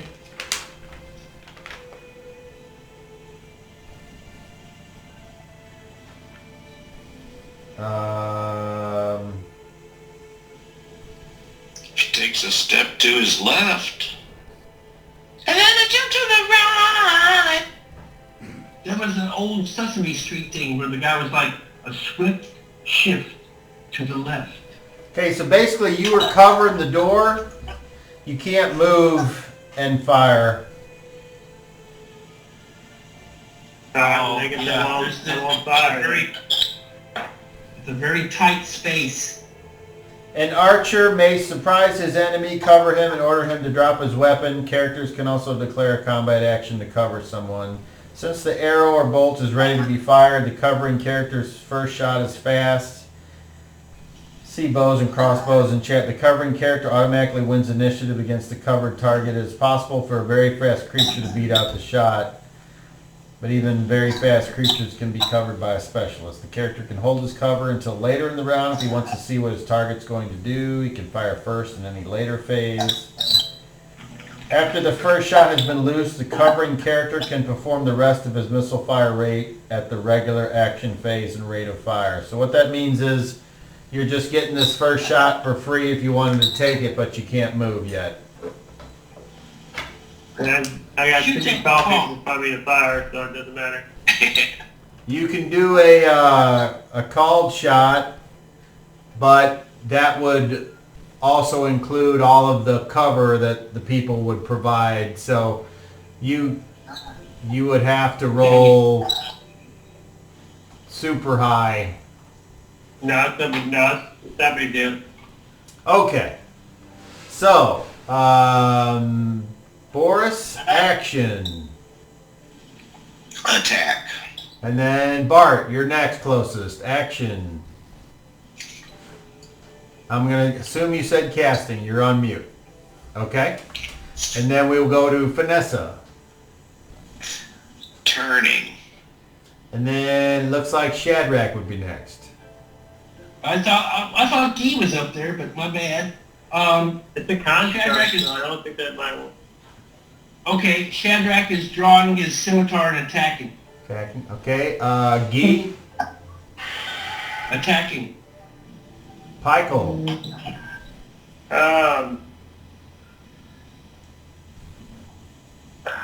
I guess moving to it. I guess I want to attack, but I have to move to attack. Well, you can take a half move and attack. That's a part of the thing. All right, can I even a half move give me a free line of sight? As long as no one else bunches up the doorway, then yeah, probably. Then that's all they move to a fire. Okay. And then last but not least, Paco, he's just following Guy. Paco is going to stand behind Sir Guy. All right, roll initiative. And Boris, you're up front, so roll initiative. All right. D10. Where are you at? Beat a 4. 2. All right. Nobody goes on very fast, so we go to fast. So Bard has a casting time of 7, so that would be slow on your spell. So, anybody else? So fast. Boris, what are you using to attack? My spear on 6. That is an average weapon. Shadrach has his hand up. Scimitar is 5, I'm pretty sure. That is average. He is 7. You want to move up first? You want to wait and move up? My casting time's 5, Cobb. Okay. Shad is not going to move up because the fighters are up there. Okay. What about Guy? Guy is going to advance and hit and swing. And what's his weapon speed? It's what, 7. That is also average. So you move up to threaten next to Boris there in the doorway.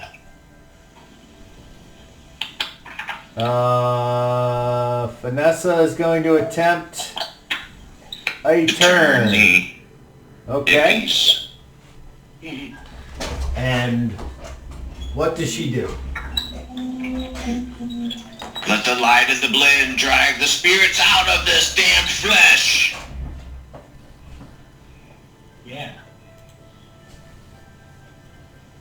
And I turn the undead. Attempt to turn the undead. I think it's worse than that, Vanessa.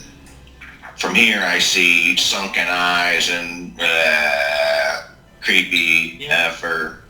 It could very well be a zombie or a ghoul.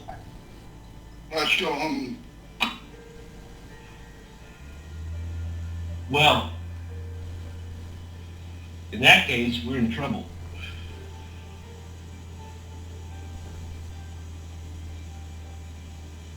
Should I roll, Cobb, or is there... Go ahead and roll, yes. Okay. I wasn't sure if you were on mute or... No. Oh, I rolled a 3. That's not very good.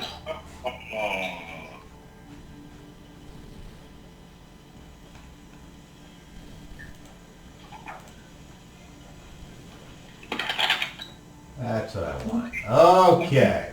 So you attempt to channel your faith,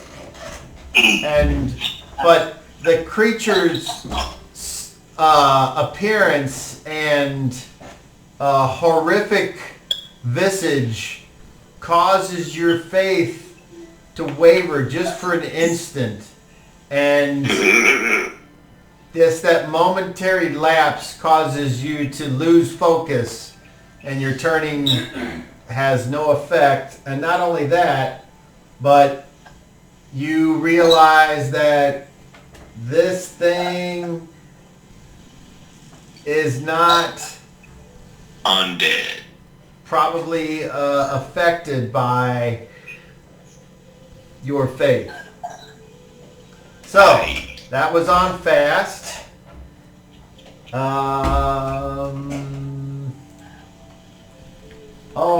I beg to... I'm sorry, this thing is technically considered large, just so you're aware.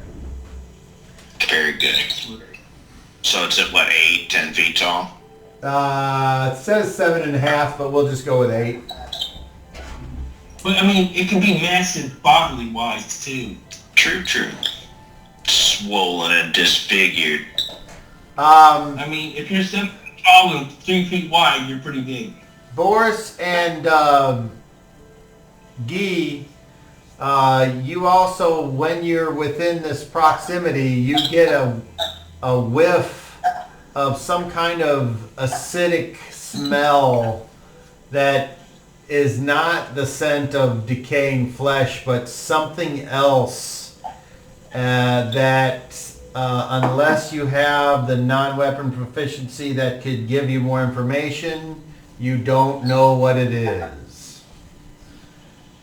So we now move to the winner's side of average. And Pico, you said you wanted to move. So your move is 3 squares. So you go 1, 2, 3, and then you'll be able to take a shot. If the thing, it has a tiny bit of cover because of the wall there, but you do have a shot. However, it is in melee with 2 of your friends, so if you don't want to have to roll randomly to see who you hit, you'll have to do a called shot. Alright, I'm trying to call shot. Okay. Maybe it. So No. the called shot delays your attack by a phase, just so you're aware. Alright. So you'll actually be attacking on slow. Okay. Checking your time. So we're still... So does anyone else want to move right now? Bart, you're casting a spell, so you can't yet. No. Vanessa No. and Shadrach had already said no, and Paco, is he going to stay right on Guy's 6, or is he going to keep back? He's going to stay on the 6. Yes, he's watching All right, very so closely. he'll move up here to this square right there. Okay, so now it is the average attacks, which are the speeds of like 4 and 5 and 6. I mean, for weapons, it's 5. I think the weapons 1 through 4 are considered fast. So whoever's going on 5, that now would be the time. I know Bart's got a spell cast. No other weapons. Shad goes I on didn't 5. get it up at 7 with the initiative. Yeah, Shad is going to hold his attack because everybody else is bunching up there, and he is going to go ahead and press his attack. Okay, and what were you saying, Brad? Can I go at 7 because of the initiative roll? No, the initiative roll, you're just going off your casting time. At 5, I reach in my pouch, I grab pinch of sulfur, pinch of garlic powder, and I start casting the spell. I'm casting Hold Undead. Hold on there.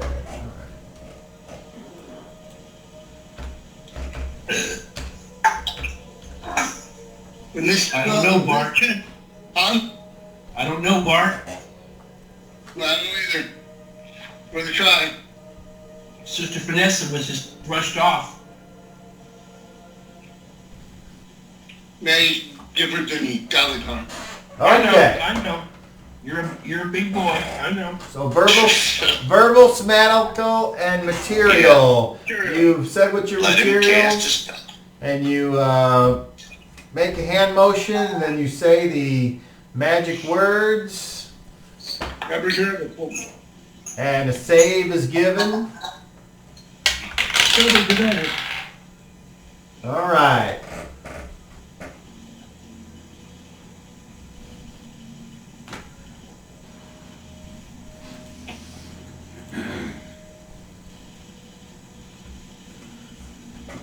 You finish casting your spell. You see the creature, the energy come out, the sulfur dissipates, the energy comes towards the creature, starts to wrap around it before the creature just takes its eyes and moves them to the left, stares directly at you, and the magic just kind of sloughs off the creature as if it could not affect the creature, whatever kind of creature this is.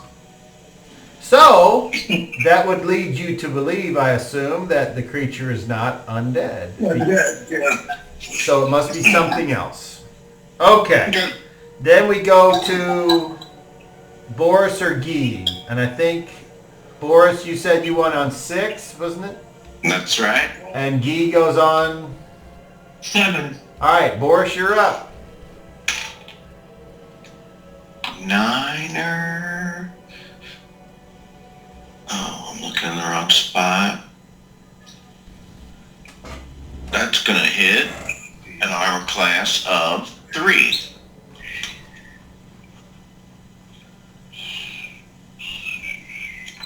And I get 3 attacks every 2 rounds, Cobb. Does that mean 2 this time and 1 two, next, or means the 2 other? next time.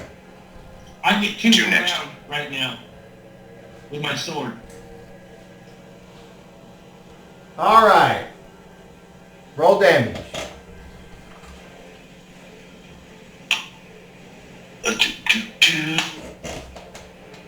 Nice. 10 points. No, 11 points. It's large. And this is- 1d8. this I is already with rolled the this- 1d8. It was a 7 plus 3 is 10. I'm sorry. This It is is with 10. a spear. Yes, I'm thrusting my spear into its leg or gut or wherever I All can. right. You take your spear. You jam it into the leg. Doo-doo. The spear sticks into the leg and it moves backwards, and there is no fluid or dust or anything that comes from the wound. It's just like a tiny hole is made, and that is all. And it appears to not affect the creature as far as its movement and or physicality. He smells like a boatload of donkeys. All right, Guy, you're up. All right, baby. Here we go. I hit armor class 0. And what are you using? Bastard sword, 2-handed. Roll Dankus. Excellent. All right, let's see here. That is a D12 plus 2. Oh, here we go, baby. 11 points. 11 points. You take your bastard sword. You stab it in the ribs. Your sword sinks in, and then it moves, and you pull your sword out, and your sword is bone dry. Nothing but a small slit as if you poked through a hanging carpet. The creature appears unaffected. As I get 2 attacks, I lift my sword up to cleave it again. You get 2 attacks per round? Yes, sir. Okay. Well, wait, next phase. With the bastard sword I do. Next phase. That's fine. No, that's fine. All right. Anybody else on average? We got... No. Okay. Loser's side of average. The creature. It will... there it is.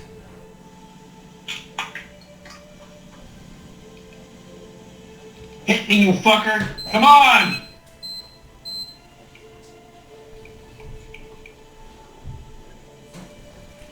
He is not afraid.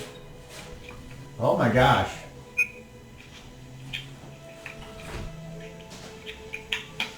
Okay. Its powerful fist. It will direct at Boris. Uh-oh, damn. I tried, Boris. Yeah, he is yelling at this thing. Armor class of 0. That's a hit.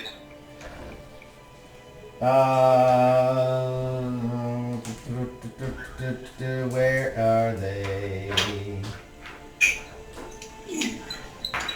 How come I can't find them? There's one. Because it's not meant to be, man. It's not meant to be. Said the keeper of the realm. Alright. That's pretty good. The first fist strikes Boris hard. Oh, and I need to roll a... Because this is large, so that would be another one of those. Well, son of a bitch. Goddamn son of a bitch. Why am I having such a hard time finding fucking dice here? Oh. No. Boris, you take 8 points of damage as a fist comes down on your right shoulder. Ba-bam! Ooh! Ooh! Its second attack. Hits an armor class of -3. That's a hit. Okay, the metal dice is the knockdown. Boris, you take 9 more points of damage from a second punch in your chest. Ba-bam!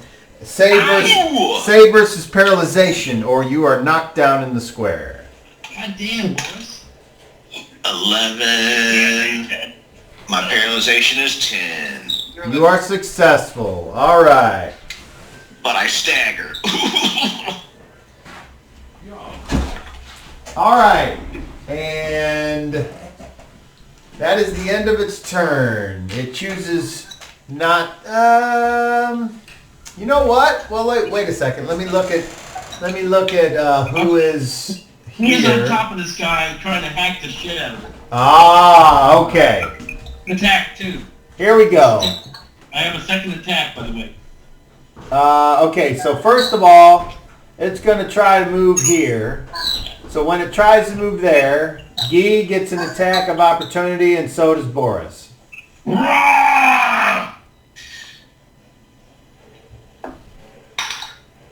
I made a successful hit, could I have an opportunity to push him back a square? If Is you that would at the end of have, the round? if you would have caused, any discomfort whatsoever and had any kind of momentum involved with the attack, I would say yes, because that is in the rules, but your attack did nothing. Okay. Did Guy's attack do nothing? What did you roll? Remember when I hit it? I No, told you. okay. Are you taking your attack of opportunity on it, or? Well, yeah. I got another attack coming as well. I will take mine as well. I hit armor class -1 without any bonus. Okay, I see. Okay, forget all that. It doesn't get to move yet. That's not. It attacked first, so it's got to wait. So go ahead and take your second attack on slow, Gee. Okay, I hit armor class -1. All right. Your sword, you chop at its leg. It slices and leaves a tiny little mark on its leg, but it does not appear to notice or care. This emotionless, acidic smelling, sewed together, pieced up creature apparently has other ideas. Okay. So now we're on slow, and Pikel, you can take your called shot. So roll. All right, I'll take it, even though I know it ain't gonna do nothing. But That's the spirit. that's my second. 12. That's the spirit. I know.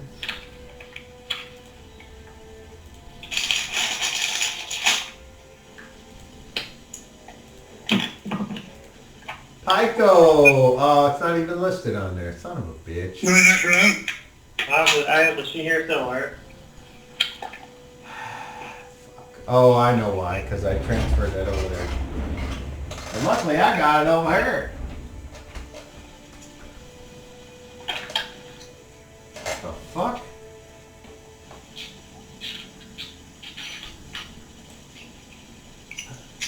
So armor class 4. We're in the next round. Not yet. Okay. It's whatever minuses I'm getting. I don't know what minuses I'm getting, but Warhammer. What the fuck? It's a called shot. You're taking your time and aiming between your friends as to not hit them, so it's a -4. Oh, I it's see. a hit. I guess I would hit 11 plus 8 then, right? So, Yeah. Pikel, you got your crossbow. Do you have any other weapons with you? I had my axe on my back.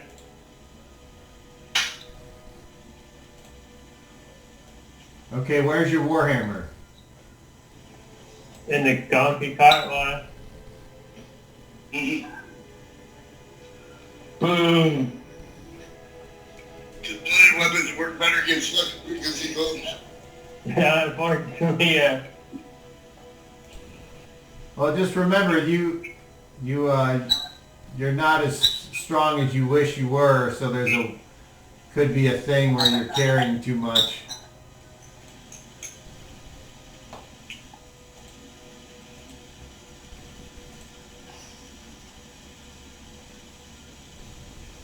But that's what I guess about -4. I hit armor plus 8.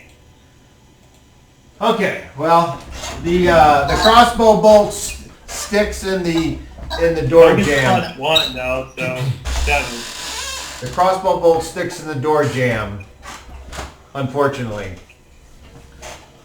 All right, and now Guy, did you get your second attack? I have not yet, All right. but I've seen already that, again, this really doesn't work very good. Armor class of 3. Armor class 3. You hit. Roll damage. Okay.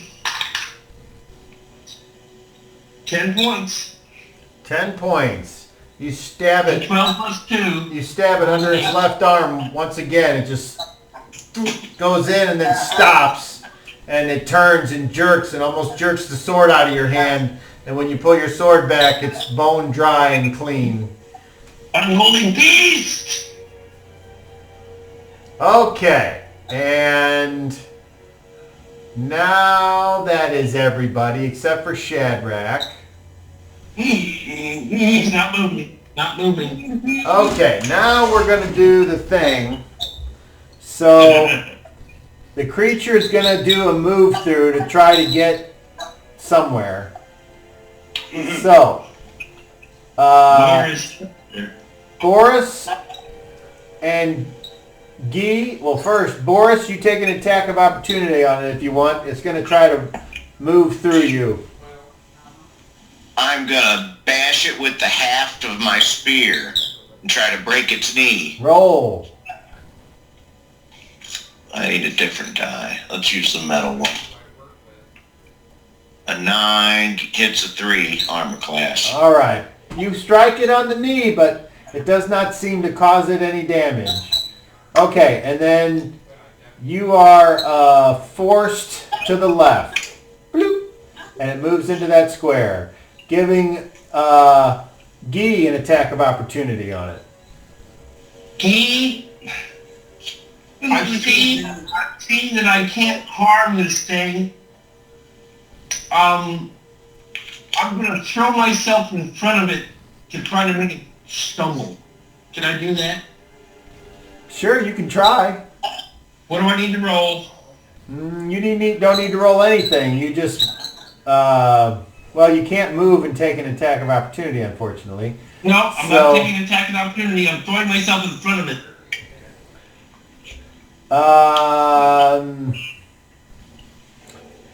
Okay, you throw yourself in front of it. It moves.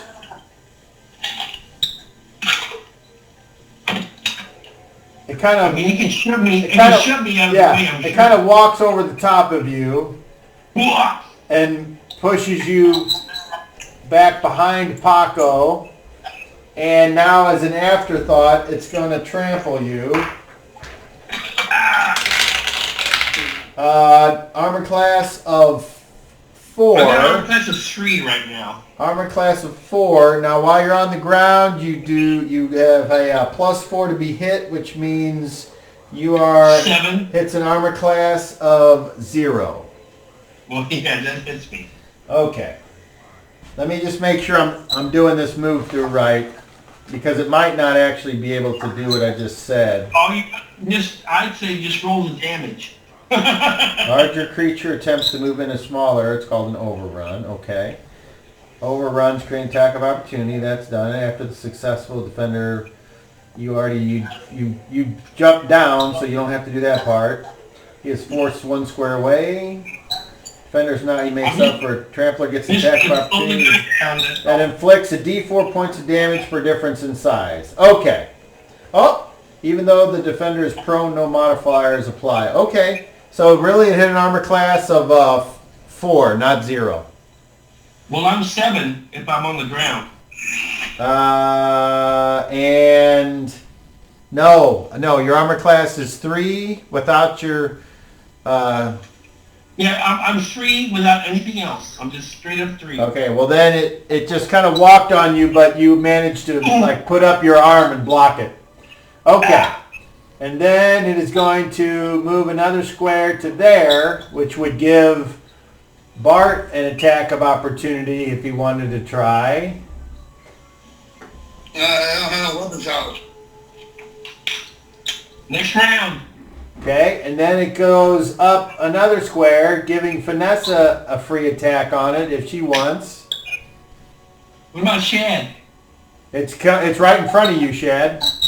Well, if I get an attack of opportunity, I'll take it. Well, unfortunately, you don't get an attack of opportunity for it moving into your threat. It's when it moves out of your threat. Thank you. Vanessa, if you want to take an attack of opportunity, you may. I will retreat. Well, no, you can't move. This is just an afterthought attack of opportunity. You can try to hit it or not. No, I'm blocking. I'm using my staff to block myself from it attacking me. It doesn't seem to care about Bart or Guy or Vanessa. It seems like it's intent on going after Shadrach for some reason. And that will be the... Now we're at the end. Shadrach was holding his attack. Shadrach, would you like to attack it? If I can. You can. I'll You take may. a shot. I don't think it's going to work. Roll to hit. I had an armor class of 4. Armor class 4. Okay, you strike it, but just as all the other descriptions that I have made, it causes very little in the way of actual damage.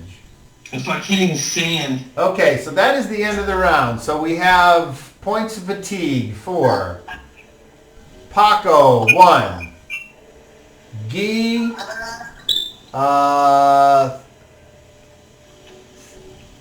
3. Wow. Boris, 1. Oh my God. Oh, did Boris take an attack of opportunity? I think he did, right? Yes. So that would be 2 for Boris then. Pykel, 2. For firing a crossbow? Well, you moved in a phase, and then you attacked in a phase. This is all new. Bart, none. Vanessa, none. Shadrach, 1. Shadrach's good. And now I have to roll something.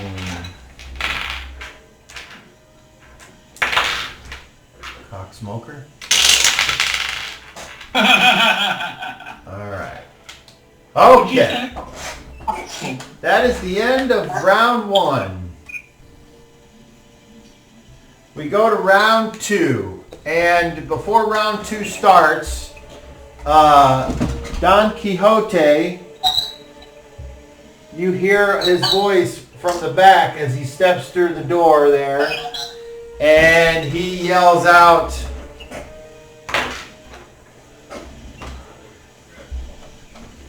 "Mankiewicz! Beware! Caesar's golem!" And we will now declare actions. Shadrach, you are there first. I'm casting. Vanessa. Casting. Bart. Casting. Guy. Attack. Paco. Nothing. Paco is gonna take D6. Always. Pykel. Casting. Boris. Attacking. All right. So now roll initiative. Bart, roll a D10. Beat a 1. All right. My side is sped up a phase, which means the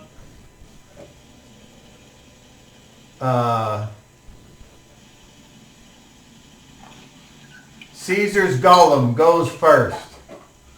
Shadrach, Oh, no. Shadrach is right there. If for some reason it doesn't like you, and it's going to try to hit you. Its first powerful fist. It's an armor class of -6. -6. Yeah, that hits me. Blam. All right, so your spell is ruined, unfortunately. So whatever that was, if I was you, I would just tick off a first level spell slot. No, I took it off. Okay. Damn And it. then the metal is, so no chance of knockdown, but you take 9 points of damage as a powerful fist strikes you in the neck. Its second powerful fist, as you get a good look now as the laced knuckles of its powerful fist scrape across your flesh. And armor class of -5. Yeah. Blam! Shadrach takes another 8 points of damage, God Christ. but no chance of knockdown as its second fist grabs your left part of your shirt and it kind of like jerks you forward and then takes its right elbow and goes bam right in your ribs. Shad's getting beat the crap out of him. Okay. And now we go He to... raised the fan with some mistletoe in it. It was like, All right. Now we're in the fast phase. The loser side of fast, I should say. And we got spell speeds of what? Bart's got a casting time of 1. Well, just go ahead and go, Bart. What are you casting? This one. All right, from point blank range.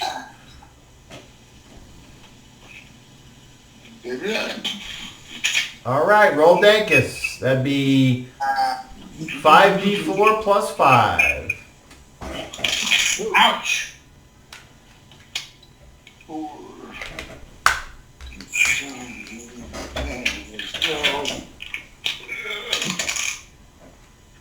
15, 20. Ouch. 20 points of damage as you guys hear the mage casting and then the familiar sound of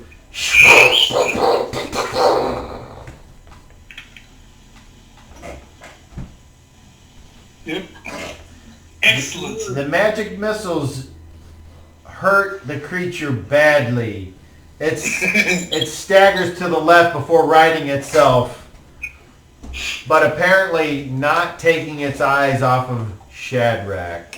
All right, Pykel, casting time of 3. You're up. That's 4. Let me see something. Vanessa, do you have any idea what your casting time is? Alright, now I'm good. 7. Okay. Pykel's gonna cast, he's gonna hold his hands up. We're going to crossbow. And say, Father, give me my flaming axe. And he's gonna cast flame blade, but since he's a dwarf, it looks like an axe. Nice. And I don't know if I can attack with this round or move and attack with this round or not, but that's what I'm doing. you can take a half move at the end of the round. Alright. Yay. Okay. So then we would go to average, and I get 2 attacks for what it's worth. go ahead. Go ahead, Guy, take an attack. You Actually, Guy is going to go for a grapple. Okay. I'm going to try to just grapple the guy and grab his legs. I see what's going on. All right. Roll to hit first to see if you can even touch him. All right. I hit armor class of -2. All right. So you are in its square. Now you do do opposed attacks rolls to see who can hit the lowest armor class, and that's what'll say what wins. So roll another to hit. Roll what? Roll it to D20? hit. Roll it to hit. Armor class 1. All right, you hit the lower armor class, so now you have it in a I got his knees. you have it in a hold. So a D2 plus your strength. Roll Dankus. That's nothing. I just got a D2. That's Nelson. Look out, 1 point. I'll give him an knee going, nibble, nibble, nibble. All right, so right now you've got it in a hold. You did 1 point of damage on it. I had his legs. I'm as- like, ah! As you're grappling it, you notice that it seems to be able to move fairly freely, as if it is so strong or other that your grapple is like you're unable to squeeze it like you would a regular person. No, I get it. No, I get it. Checking for a hold enters the attacker's action phase. The character cannot attack again until he would normally be eligible for a melee attack, usually the next round. He is trying to like just hold this guy, slow him down. Yeah. Okay. He's like, oh, sweet Matrix, sweet Helix. All right, Boris, you're up. am dropping back from the creature and using my bow and arrow. So would I move and shoot, or shoot then move? You can certainly, when you say drop back from the creature, can you tell that this is you here and the creature has moved up here? So theoretically, you could just move one square over, and then you'd still have to do a called shot on it, but at least you wouldn't have to fire through the squares of your friends. Okay, doing a called shot. Okay, so you will attack on slow. And I'm aiming for his eye, for his head. Okay. Come on, baby. So, let's see. Guy will take his... No, Guy attacks on average with his weapon, if I remember correctly. Well, I grappled him. Oh, that's right. Never mind. So... Fair's fair. You, just so we're clear, you had to drop your weapon to do the grapple. No, I grabbed his legs, yeah. Okay. I know. So, we now go to... Vanessa. Alright, I had to change up here, so I'm just about to find it. The other one, Come on, when I read the description, it was like I needed unholy water, and it's like, yeah, that's not my character. It wouldn't be casting that. It wouldn't have that. Oh, you can do it, baby. You can do it. So you just basically tap water, right? You gotta get that with Michigan. Oh, you got to dip in Crystal City water. Woo! Ow! I remember Pleasant. my aunt, before she cooked with any water, she boiled it. I Yeah. remember. And she lived right next to the Mississippi River. Crystal Guess City. what? That Crystal City water was like, you didn't light up a lighter next to it. Especially Herculaneum. Smell the tap. Oh, That Herculaneum water. God damn. Yeah, it wasn't very good. That was like, there's still a gigantic lead plant there. Did they shut that place down? No, it's still there right next to the elementary school. Right next to the Mississippi River. Yeah, No, the high school actually. Yeah, no, my sister used to live there when I was a kid. I spent a lot of time in Herculaneum. Yeah. It was nothing but a factory with some houses. Herculaneum was a factory with some houses. That's what it was. Ah, damn. This spell doesn't apply either. There's got to be outside in the sun. Fuck. So I'm chanting and doing useless mumble jumble, and I got to mark off a spell slot because I got nothing. Well, why don't you go to Boris and then... Come on, Vanessa, you can do it. Well, if I'm doing Boris, I can't really be looking up other spells, but what's Boris? Oh yeah, he's attacking. Shoot an arrow, called shot. Here we go. 11 minus 4 is 7. And my Thaco is 12, so that hits a 5 armor class. Alright, your arrow flies, hits the back of this thing's head. Sticks for a second, and then kind of starts to wiggle and falls out, causing no dankus. Okay, I just had a thought for Vanessa. Alright, let's hear it. She's going to cast Druid's Decay on this heap of Gunyan. That's what I just got spoiled, you bugger. Ah! Well, we'll see. Alright, we'll look her up. I'm going to look it up again. You have to make a touch attack. Make a touch attack. It doesn't have to be armor class, it's touch.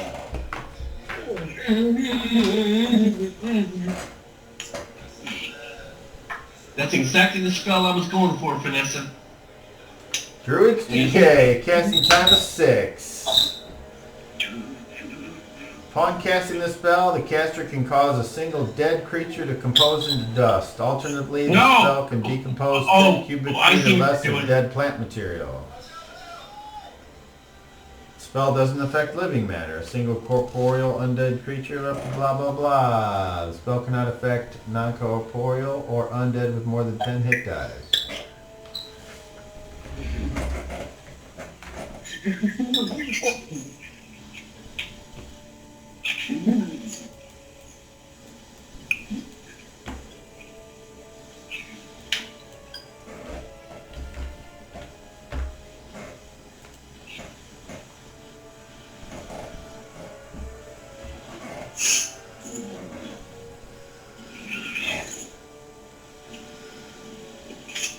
I hold my holy symbol up, and I call upon the blend to remove this heap of rotted flesh from this realm and to return it to the grave where it belongs.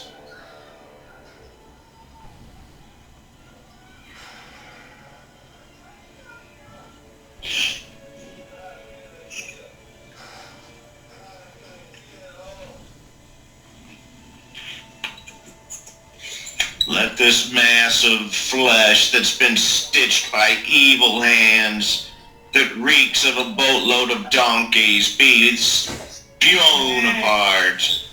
You need to be punched in the neck.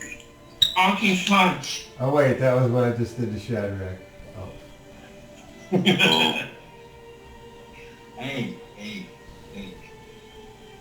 I get a saving throw.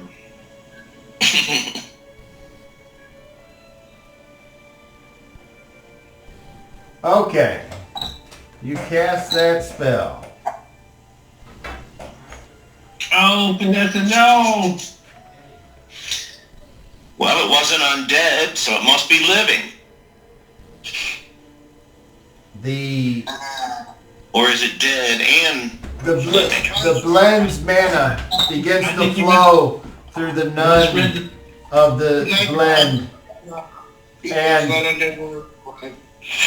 a green glow comes forth from her hands and go out in a fog-like picture of magical energy towards Caesar's golem.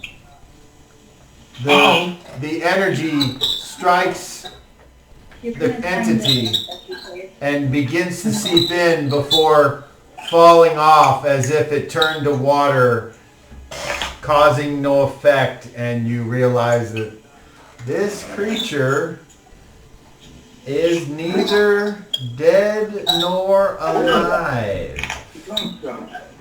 damn it. So by process of elimination, you are whittling down your options, but hey, there you go. You gotta learn. All right. Figure it out. So, does Guy have another attack this round? I get 2 attacks per round. Okay, go ahead. If he can do anything, he's going to keep the creature occupied from striking Shad. And what? Give me more information. I'm standing around in front of it going, come on! Hit me, you fucker! Okay, so that is actually called something, and let me see if I can find it. Taunt. I think it might be called the help action. But I'm just trying to get the creature to hit me and not Shad. I know what Shad is trying to... I know that the people are trying to do these things. I'm like, hit me! Me, you fucker! I get the strategy. They gotta have their break to do what they gotta do. When you take the help action, the creature you aid gains advantage on the next check. Alternately, you can aid a friendly creature in attacking a creature within 5 feet of you. You feint, distract the target, or in some other way, team up to make your ally's attack more effective. If your ally attacks the target before your next turn, it gets it with advantage. So that's what applies here, and that is what you're doing. That's what I'm doing, exactly. Okay, so I'm making a target of myself. I think that is the end of the round. So Python. Boris has 2 this turn or not? Well, I'm gonna move. Oh, he switched weapons. My bad. No. It's if you move, you can move and take 1 shot. If you stand still, you can get 2 shots. Okay. When you switched weapons, you dropped 1 and drew another, and therefore it didn't cost an action because you didn't stow anything. Yeah. Okay. He is spitting in this thing's face. He's like, come on! Pykel, where do you want to move? Just where within attack range. Okay, well that would be pretty much in front of Boris here.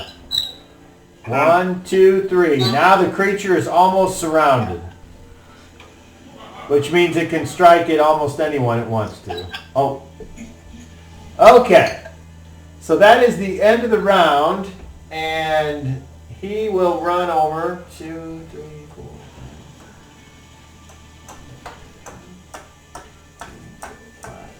And he will just move up and take that square there.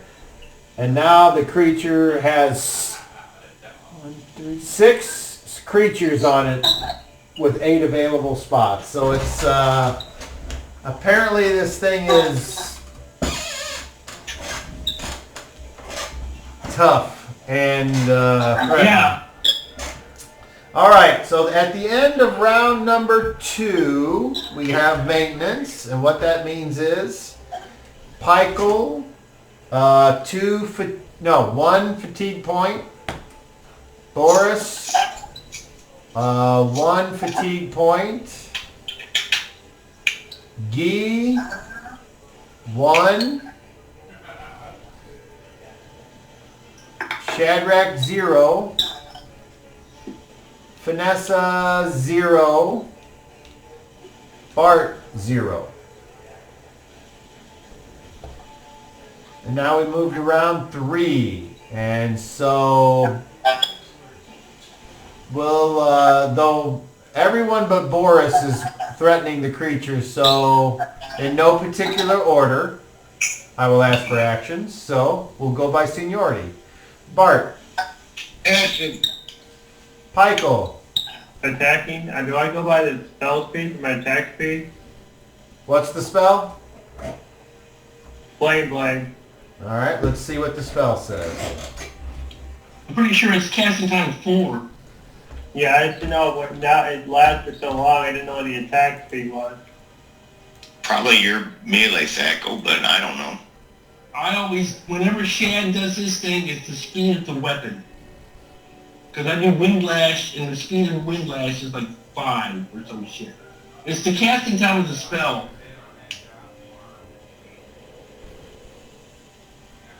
I'm going to say that since it is a 3-foot long blade,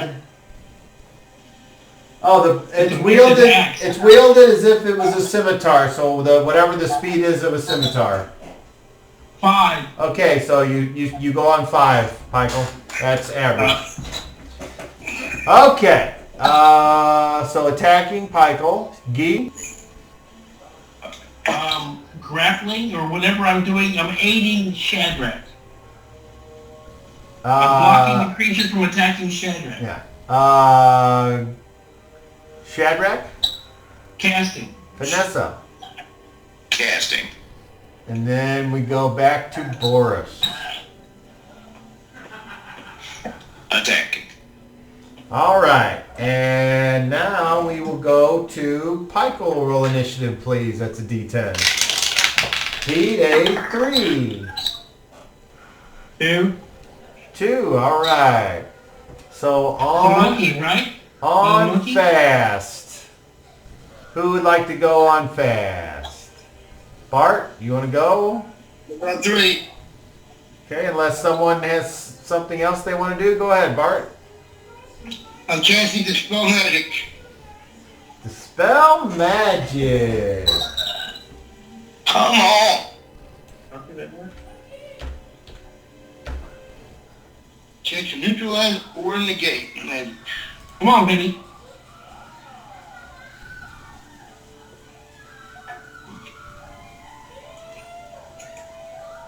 I wish I had flesh to stone.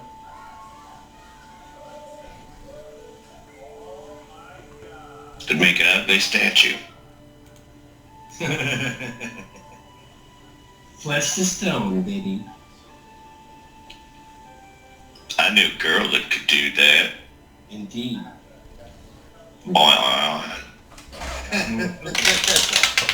Amazing. Okay. Bart, do you, in the casting of the spell, do you do anything that could increase your chances of success?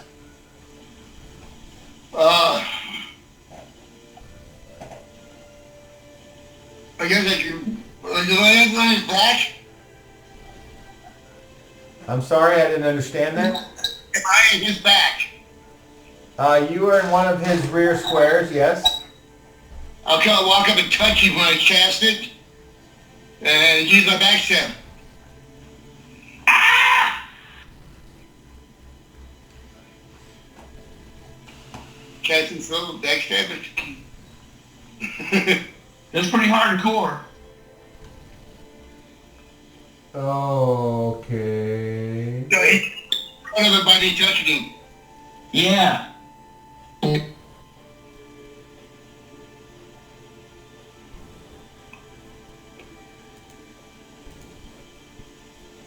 It's like a joy buzzer in the handshake. Yeah. Excuse me, what?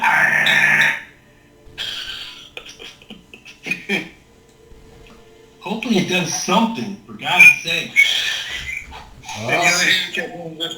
This is getting kind of complicated, so you'll forgive me for No, it should be complicated. because you're trying things that aren't necessarily spelled out, and Backstab touch attack. So that's what it is. oh, look at that! This is giving me some information here. Okay, let's see. Okay.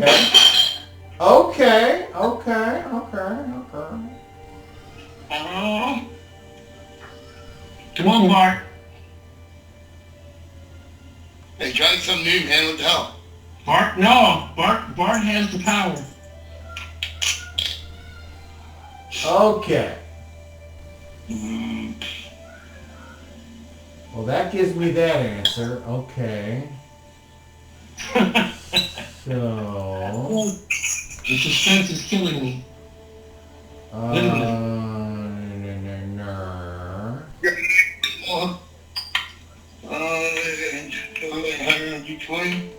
Okay.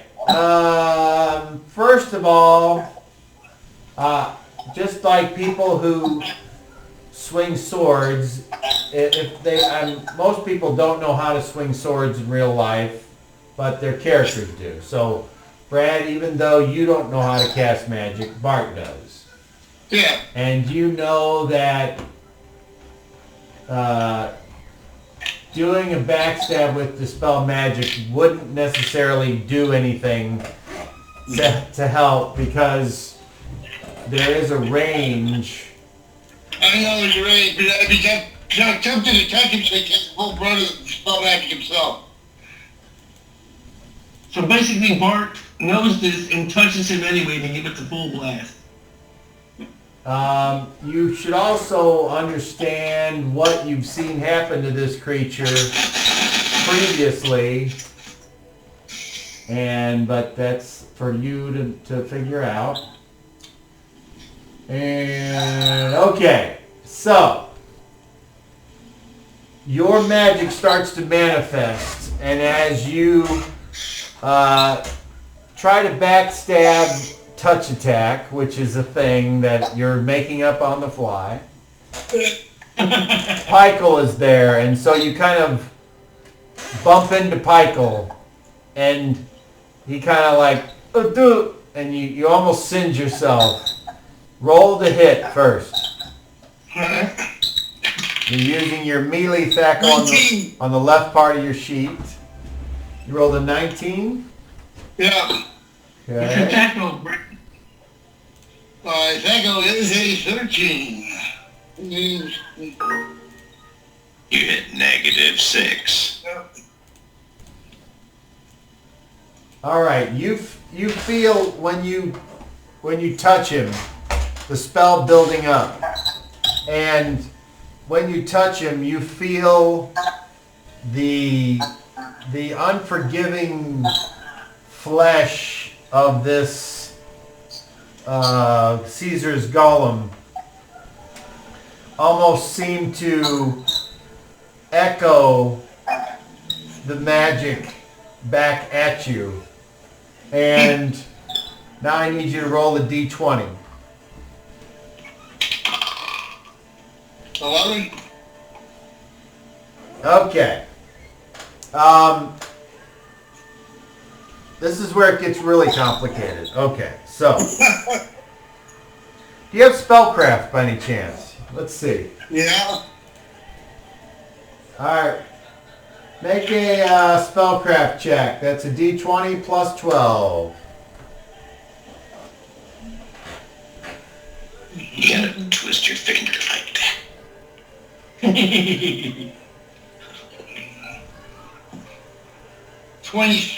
22? You rolled a 10? My spellcraft is 16 now. What'd you roll, Brad? I rolled a 10. Well, that's 26. Yeah. Spellcraft is 16. That's what it says here. Shad's got a pretty good spellcraft too. So Bart should have by now. It's bound to go off your intelligence, right? Bart is a maker of I'm gonna potions tell you and 18. things.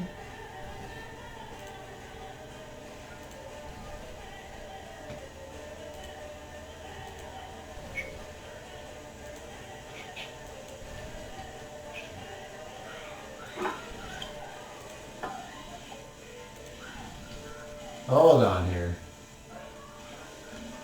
Come on, Bart. There it is. Draw the homunculus that I resisted. Uh-oh. You gotta keep that stuff in the bag, man. What? Alright. Hold on here.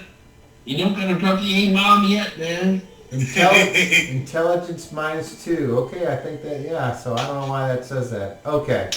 So, using your spellcraft, in the moment you go to touch the creature, you realize that the creature has some magic about it that is keeping it from being able to be affected by anything that is not magical. And when your spell goes off, it starts to like create a tiny little hole where you touch the creature in its back, like that magical essence. But there's something about the magical essence that's being overcome by something else that's there. Some type of process that you haven't quite studied yet. This creature has been imbued, created, or wished into existence by something that is extremely high level, and your dispel magic fails. Higher level than me? Okay. Cool. Ah, good try. Yeah, it was worth a try. Okay. Let's go to... It was 3. That was a speed of 3. Anyone else on fast? Go on 6 and 7. All right. We move then to average. Who's going on average? Pikel, I know, is going on average. 6 and 7. Gee. So go ahead, Pikel. You get a +2 for a rear attack. All right. Come on, baby. Advantage. Huh? And advantage for help. Whoever Guy was trying to help, I think, is the way that works. I'll read it again. He was helping Chad. Oh, okay. You can aid a friendly creature. Just make sure I didn't know if it was like 5e where anybody was in there. Alright, plus what? Tacko minus your dice roll. Alright, so 16 minus... Tacko, which I just looked up earlier, forgot. Tacko minus your dice roll. Your Tacko is...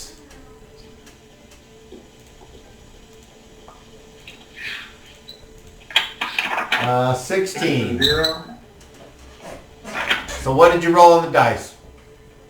I rolled a 14, plus 2, 16. So you had an armor class of 0. Alright. Roll damage. Alright, 1d4 plus 4. 6 damage, fire.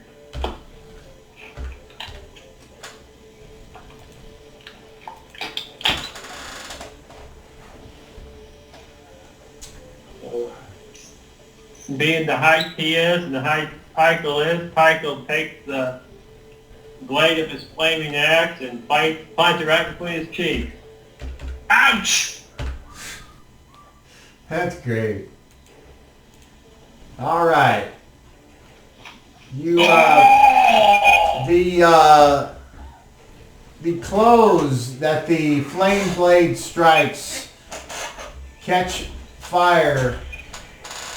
But just as quickly as they catch fire, the fire goes out, and the damage that you do is minimal.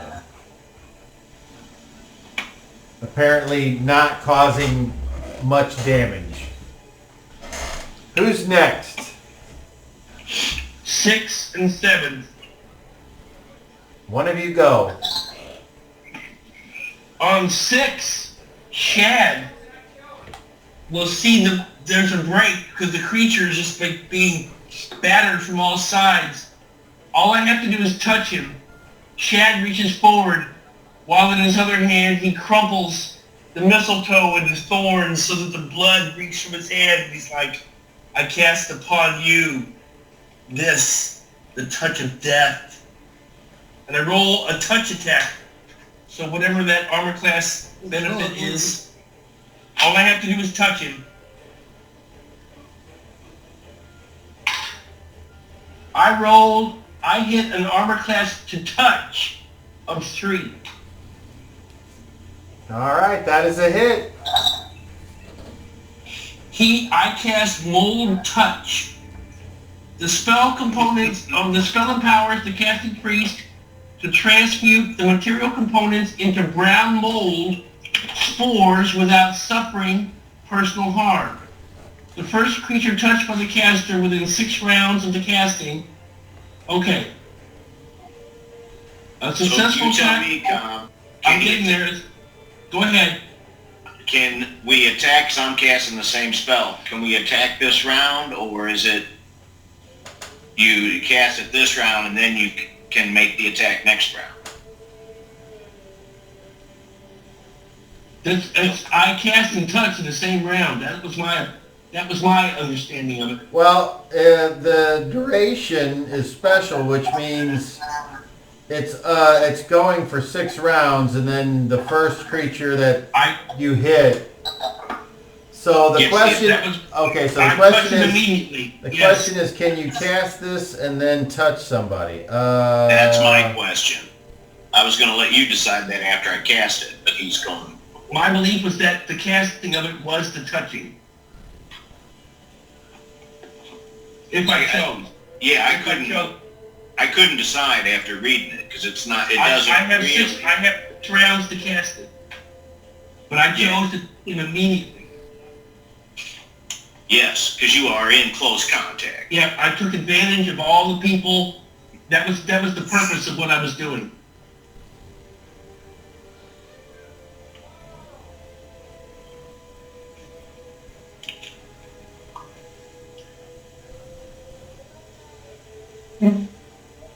Well, you know, it doesn't, Okay. it doesn't really say, so until I know does different, caster I'll can- say it's the same as any other touch attack spell where you cast the spell and part of the casting is you have to try to touch it. AC 3 is the You question. just can't move. Is my Echo 3 to touch him is the question. That's Because I'm right on successful. top of this guy. What's his touch Stacko? Yes, it's successful. You hit him. Okay, so according to this, let me read this correctly. I hope it works. All the spores, okay. Inflicts 46 points of damage upon the target creature, or half that if they make a successful saving throw versus spell. So I get 46 points of damage initially, and half that saves. Let me roll my let me roll it all. Okay, so far so good.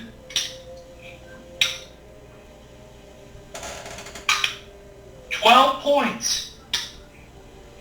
All right. You, at the beginning of the round, you start casting the spell. I touch him. My hand touches him. Just as you finish, you reach out and you touch the creature, and this brown, black energy comes forth from you, and a scent of peat moss and natural decay fills your nostrils. And as the creature looks down, you can see that the flesh is starting to turn brown, and then just as suddenly your hopes fade as the brown is pushed back and off of him and back into your hand, and your fingers kind of snap back with almost like a bam, and you realize that this spell will not affect this entity. Oh no!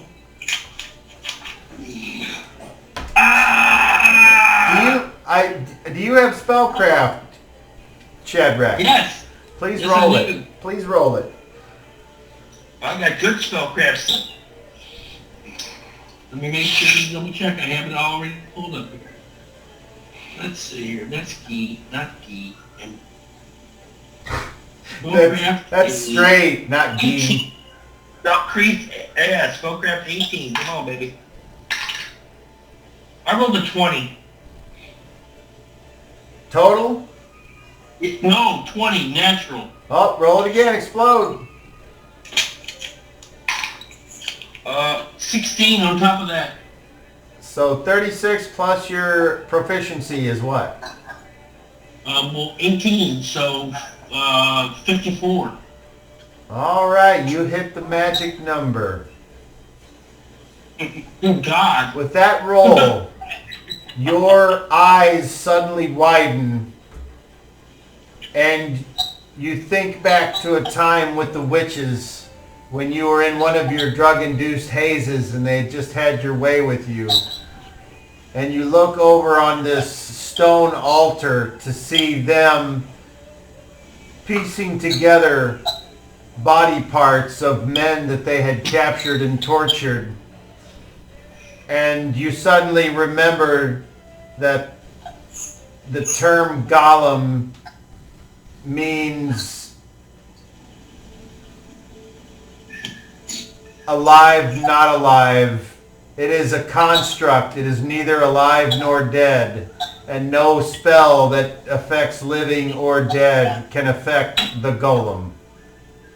And that is what your super high over 50 proficiency roll gave you. The Shad stumbles back after touching him with the black hand. No! Okay. And who's next? Vanessa? He was only helping Shad. Yeah, Vanessa was casting the same spell, but she's crumbling. She's rubbing her hands together and crumbling oak leaves, and as she breathes into her hand, she has a low hum that she emits. You saw Chad fall back after he touched it. I did. And the spores begin to emanate in my hand, but I am waiting till the next round before I try to make an attack. All right. And